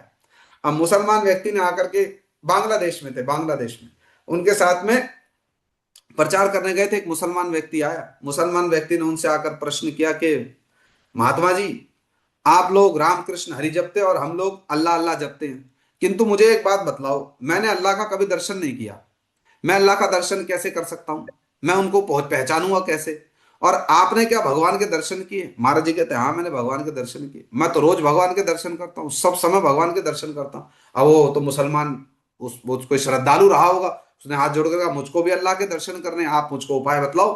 अब उपाय तो ऐसे चुटकियों में बतला दूं, चिंता करने की क्या बात है, तुम उपाय को बस फॉलो करो, तुम ऐसे बतलाओ उपाय। अब वो इतना जागरूक हो गए, उन्होंने कहा क्या उपाय बतलाओ। महाराज जी ने कहा तुम्हारे घर में टीवी है? कहते हाँ हमारे घर में टीवी है। टीवी में तुम क्या देखते हो? टीवी में सिनेमा देखते हैं। महाराज जी ने कहा लंदन में, विदेश में कोई प्ले हो रहा है और वो तुम्हारे घर में छोटे से बॉक्स टीवी में वो देख देख पाते हो तुम? कहते हाँ देख पाते हैं। महाराज जी कहते कैसे देख पाते हो? इतनी दूर लंदन में कोई प्ले हो रहा है और तुम अपने घर में बैठकर टीवी छोटे से बॉक्स में हैं और तुम उस प्ले को देख लेते हो, कैसे देख लेते हो? उसने कहा ये तो संचार विभाग है, ये तो कनेक्टिविटी है। तो महाराज जी ने कहा यही कनेक्टिविटी तुम्हारी जब भगवान अल्लाह के साथ में हो जाएगी तब तुम उनका भी दर्शन कर लोगे। तो तुम अपने मन को क्या बनाओ? तुम अपने मन को टीवी बना लो। हैं? तब हमको अपने मन को क्या बनाना है? हमको अपने मन को टीवी बनाना है। टीवी बनाने का क्या अर्थ है? अपने मन को महाराज जी कहते हैं ऐसा टीवी बना लो, माने ऐसी योग्यता अर्जित कर लो कि जिसमें भगवान की लीला जो है ना, सिनेमा की भांति एक के भांति, एक के बाद एक के बाद एक के बाद एक, सिनेमा की भांति तुम्हारे हृदय रूपी टीवी में भगवान की लीला चलती रहे। तो तुम अपने मन को टीवी बना लो, तो जो तुम्हारे अल्लाह बहुत दूर है तुमसे, जब तुम्हारा मन टीवी जैसा हो जाएगा, माने योग्यता हो जाएगी, तब तुमको अपने मन में उनका बड़े सहज रूप में तुमको उनका दर्शन हो जाएगा। सुन करके वो इतने प्रसन्न हुए कि महाराज जी बहुत लोगों से मैंने प्रश्न पूछा किंतु मैं आज तक भी संतुष्ट नहीं हुआ, आज मुझको पहली बार संतुष्टिजनक उत्तर मिला। अब मैं अपने मन को टीवी बनाऊंगा। तो हमको भी अपने मन को हमको भी अपने मन को क्या बनाना है? हमको अपने मन को टीवी बनाना है। आई बात समझ में? तो इसलिए आज से भक्त लोग, नया वर्ष है, अपना प्रयास करें और अपने मन को क्या बनाएं? टीवी बनाएं। टीवी देखने से मन टीवी नहीं बनेगा भैया, टीवी देखने से मन टीवी नहीं बनेगा। मन कैसे टीवी बनेगा? योग्यता अर्जित करनी पड़ेगी। जब योग्यता अर्जित करेंगे, ऐसी योग्यता अर्जित करो कि हमारा मन क्या हो जाए? हमारा मन ऐसा टीवी हो जाए कि जिसमें भगवान की लीलाएं सिनेमा की भांति, जिसको शास्त्र की भाषा में कहा गया, एक है मंत्रमय उपासना, एक है स्वारस की उपासना। स्वारस की उपासना जैसे ही मंत्र करने बैठे, ध्यान किया, भगवान का नाम, भगवान का स्मरण किया, एक के बाद एक लीला, एक के बाद एक लीला, जैसे टीवी में सिनेमा चलता है ना, ऐसे ही हमारे मन में भगवान की लीलाएं आने लगे। तो महाजन की महिमा बड़ी अद्भुत है। महाराज जी की तो बहुत सारी कथाएं हैं, अभी तो कितनी कथाएं हमने कही नहीं हैं। अब यदि कहो तो एक कथा और सुना दो। हैं, कहो तो कितना कुछ वर्णन करने को है, हर बार रह जाता है। देखो कितनी सारी बातें होती है कहने की, अभी ग्रंथ में से तो हमने कुछ कहा ही नहीं। अब ये तो चलती रहेंगी लीलाएं, किंतु बड़ा अद्भुत महाराज जी का चरित्र है। हमारे गुरु महाराज जी उनको विदेश से अपनी प्रचार सेवा का पत्र के माध्यम से गुरु महाराज जी लिख करके बतलाते थे कैसा प्रचार हो रहा है। महाराज जी के बहुत बड़े बड़े रिमार्क, बहुत सुंदर हृदय स्पर्शी रिमार्क हमारे श्री गुरुदेव श्रील भक्तिवेदांत नारायण गोस्वामी महाराज जी के लिए। एक तो महाराज जी ने ये लिखा था गुरु महाराज जी के लिए कि आपके प्रति आपके गुरुदेव शिला भक्ति प्रज्ञान केशव गोस्वामी महाराज और शिला भक्ति सिद्धांत सरस्वती गोस्वामी ठाकुर जी की प्रचुर कृपा आपके प्रति है और आप हमारे गौड़ीय संप्रदाय का औज्वल्य विधान कर रहे हैं। ये शिला भक्ति कुमुद संत गोस्वामी महाराज जी हमारे गुरु महाराज जी के लिए रिमार्क देते थे। गुरु जी के साथ उनका बहुत बहुत घनिष्ठ और प्रीतिपूर्वक संबंध था। गुरु महाराज जी के जीवन का भी एक पक्ष कभी हमारी इच्छा है बहुत विस्तार से आप लोगों को सुनाएंगे, बहुत विस्तार से।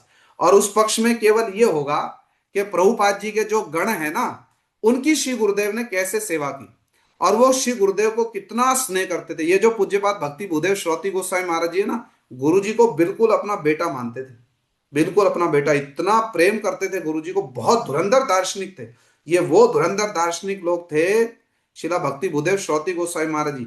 और केशव जी गौड़िया मठ में आए हुए थे, बात आ रही तो बतला रहा हूं। और जो केशव जी गौड़िया मठ में पुराना नाट्य मंदिर के बाहर, जिन लोगों ने पुराने मठ को दर्शन किया उनको पता होगा, छोटी गैलरी थी। जब गुरु महाराज जी की गुरु पूजा होती थी तो वो गुरु महाराज जी की चेयर लगती थी, उस गैलरी में हम लोग खड़े होते थे, वो गुरु जी की माला काटते थे गले से। वो गले में भक्त लोग माला डालते रहते थे ना, मैं कैंची लेके वहां खड़े हो जाता था और वो माला काटते थे। वो पतली गली, उसमें खड़े थे पूज्यपाद भक्ति भूदेव श्रोती गोस्वामी महाराज, ऐसे भावाविष्ट हो गए। और देखो कैसे बोल रहे थे वो, देखो कृष्ण गोचारण करके वापस गोष्ठ में जा रहे हैं, देखो कृष्ण गोचारण करके वापस गोष्ठ में जा रहे हैं, ऐसे वाले लोग थे। और गुरु महाराज जी को इतना स्नेह करते थे, इतना स्नेह करते थे, बिल्कुल पुत्र जैसा मानते थे। शिला भक्ति प्रमोदपुरी गोस्वामी महाराज जी, शिला भक्ति हृदय बन गोस्वामी महाराज, शिला भक्ति वेदांत स्वामी महाराज जी, ये सब लोग। तो हमारी बड़ी इच्छा थी कि कभी हम ये वाला प्रसंग लेंगे कि सब गुरु वर्गों की हमारे गुरु महाराज जी के प्रति, क्योंकि वैष्णवों का संबंध है ना, श्री गुरुदेव ने उनकी कैसी सेवाएं की हैं, बड़े विनीत भाव से श्री गुरुदेव, बड़े मर्यादापूर्ण रूप में गुरुदेव अपने, ये तो सब गुरु जी के गुरु वर्ग हैं, कैसे श्री गुरुदेव ने उनकी सेवाएं की है, तो कभी ये प्रसंग भी लेंगे। तो महाराज जी की तो असंख्य कथाएं हैं, कितनी कथाएं कहते जाएं, कहो तो एक कथा और सुना दो। चलो आज के लिए इतना बहुत है। शिला महाराज जी से आज हमारे चरणों में, उनके श्री चरणों में हमारी यही प्रार्थना है कि महाराज जी की जैसी अद्भुत उनकी गुरु निष्ठा थी, जैसी अद्भुत हैं कथाएं और हैं, कहो तो। इच्छा तो बड़ी होती है, नव वर्ष का पहला दिन है, बस कथाएं सुनाते रहे हम आप लोगों को, किंतु फिर कभी समय सुयोग होगा, आज यहीं तक रहे हैं। शिला महाराज जी की बड़ी अद्भुत महिमा है, बड़ी अद्भुत उन्होंने प्रभुपाद जी की सेवा की है, बड़ी अद्भुत। माने ऐसे प्रभुपाद जी की आर्मी के ये लोग ऐसे हैं, प्रभु दयितम सामंतम अतुलम, ये अतुल सेनापति हैं प्रभुपाद जी की सेना की। ये जो सब महाजन लोग हैं ना, ये जिनकी महिमा हम लोग, जिनका नाम हम लोग सुन रहे हैं, सब प्रभुपाद जी की सेना के अतुलनीय सामंत, अतुलनीय सेनापति। एक एक का जीवन चरित्र जब हम लोग सुनते हैं ना, हम लोग को इतना गर्व होता है, ऐसे हमारे गुरु वर्ग है। फिर जब अपनी ओर देखते तो फिर हमारी तो अवस्था ऐसी हो जाती है कि बस प्रणाम कर देते हैं, बस क्या कहें, ऐसा अद्भुत हमारा गुरु वर्ग है। तो जो भी हो, हमारा इनके साथ जैसा भी संपर्क हो गया, इन महाजनों की हमारे ऊपर में कृपा वर्षण हो, इनकी कथा सुनना, इनकी कथा कहना, ये इतने मंगलजनक, इतनी मंगलजनक बात है जिसको भाषा से वर्णन करना कठिन है। इसलिए आज हमारे अभिन्न परम गुरुदेव, हमारे रूपानु गुरुवर्गों में अन्यतम जगत गुरु शिला प्रभुपाद भक्ति सिद्धांत सरस्वती गोस्वामी ठाकुर जी के अन्यतम पार्षद जगत गुरु शिला भक्ति कुमुद संत गोस्वामी महाराज जी की आज शुभ तिरुभाव तिथि। हम लोगों ने जो भी यत्किंचित उनकी महिमा को कहा और सुना, उससे वो हमारे गुरुजन, हमारे प्रति महाजन, हमारे प्रति संतुष्ट हो, प्रसन्न हो, और नित्य गोलोक वृंदावन से हमारे ऊपर कृपा आशीर्वाद वर्षण करें, जिससे हम लोग भी अतुलनीय जो उनकी गुरु निष्ठा, अतुलनीय जो उनकी वैष्णव गुणावली है, उस सागर की कुछ बूंदों को अपने हृदय में हम लोग धारण कर सकें। यही उनके श्री चरणों में हमारी बारंबार प्रार्थना। आज यहीं तक रहे। जय शिला गौर शिला भक्ति कुमुद संत गोस्वामी महाराज जी की जय। गौर प्रेमानंदे हरि हरि बोल। जय हो। बहुत सुंदर प्रभु जी। साल के पहले दिन ही हमने श्रीला भक्ति कुमुद संत गोस्वामी महाराज जी की अमृतमय गंगा जैसी धारा, जीवन धारा में स्नान किया और हमारे प्राण उनसे अनुप्राणित हुए। बड़ा ही अच्छा लगा। और प्रभु जी ने बड़ी अच्छी बात कही महाराज जी, पूज्य महाराज जी के बारे में, किस तरह से उनका संबंध अपने गुरु के साथ और भगवान के साथ। जो टीवी वाली बात कह रहे थे, टीवी कैसे बनेगा, जब जब श्री महाप्रभु के बारे में उन्होंने ऐसा सुना कि उनको मायावादी कहा गया, तो किस तरह की पीड़ा उनके हृदय में हुई। यह सिर्फ उसी को हो सकती है जिसके मन में ममता है। हमारे गुरु जी कहते थे कि ये ममता ही की एक टेक्नोलॉजी है, कनेक्शन है। जिस कनेक्शन की प्रभु जी बात कर रहे थे कि वही इतनी दूर से कैसे दिख जाता है, क्योंकि वो ममता उसको कनेक्ट कर देती है। तो जैसे ममता से उनके मन में पीड़ा हुई, तो कैसे उन्हीं को बोलने के लिए कहा गया। हालांकि वो इतने सीनियर नहीं थे वहाँ पे, और बहुत सारे वरिष्ठ उनके गुरु भाई बैठे थे, लेकिन भगवान की ऐसी व्यवस्था और इनके बीच में आपस में जो कनेक्टिविटी की बात प्रभु जी कह रहे थे कि अरे सब हरीश, ये इस पे तो ये एक दूसरे से जुड़े हुए हैं, तो उस प्रकार उन्हीं को खड़ा किया गया बोलने के लिए। तो आज महाराज जी की कृपा से हमें हमें हमारे हृदय में भी अपने गुरु के प्रति ऐसी ममता हो और ठाकुर जी के प्रति ऐसी ममता हो, जैसा कि प्रभु जी कह रहे थे, हमारा भी वो कनेक्शन पुष्ट हो। ऐसी हमारी इन महापुरुष के चरणों में प्रार्थना है, सभी वैष्णवों के चरणों में भी प्रार्थना है, पूजनीय वैष्णवों के चरणों में, जिनकी कृपा से हम ये सब मधुर कथाएं सुन पा रहे हैं। तो बड़ा अच्छा लगा आज, और ऐसा लगा कि एक स्नान सा हो गया। गंगा में जैसे स्नान होता है, उसके बाद व्यक्ति को बड़ी पवित्रता की भावना होती है, तो ऐसा ही प्रतीत हो रहा है। और पूरा साल ही हम इस प्रकार इन महात्माओं की, प्रभुपाद जी के गणों की और गुरु वैष्णव की कथाओं को, गाथाओं को सुनते रहें, भगवान के दिव्य चरित्रों को सुनते रहें। ऐसा ही भगवान ऐसी कृपा करे कि पूरा साल बहुत शुभ हमारा जाए 2026। आप सभी को मेरा दंडवत प्रणाम है, जो लोग कथा सुन रहे हैं और आगे सुनेंगे। पूज्य संजय प्रभु जी को भी चरणों में दंडवत प्रणाम। उनकी कृपा से हम इतनी सुंदर सुंदर महाजनों की कथा सुन पा रहे हैं, जो अत्यंत दुर्लभ हैं। जैसे प्रभु जी ने कहा, इससे क्या हमें लाभ होगा, इसको भाषा से वर्णन नहीं कर सकते, सचमुच नहीं कर सकते, क्योंकि ये हम भी नहीं जानते। ये एक बहुत बड़ी बात है, ऐसे संतों की बातों को सुनना। ये ये सबको उपलब्ध भी नहीं है, और जो उपलब्ध है उसको सुनने सुनने के लिए उसके पास भाव भी नहीं है। तो बड़ा अच्छा लगा प्रभु जी, धन्यवाद बहुत बहुत। मुझे क्षमा कीजिए, मेरा बीच में ये लैपटॉप थोड़ा बैटरी खत्म हो गई थी, फेल हो गया था, हालांकि मैंने लगा रखा था कुछ, तो मैंने फ़ोन से ज्वाइन किया बाद में। तो आज की कथा को यहीं हम विराम देते हैं। अगली कथा के लिए आपको हम लोग सूचना दे देंगे। वांछा कल्पतरुभ्यश्च कृपा सिंधुभ्य एव च पतितानां पावनेभ्यो वैष्णवेभ्यो नमो नमः। श्री गुरु महाराज की जय।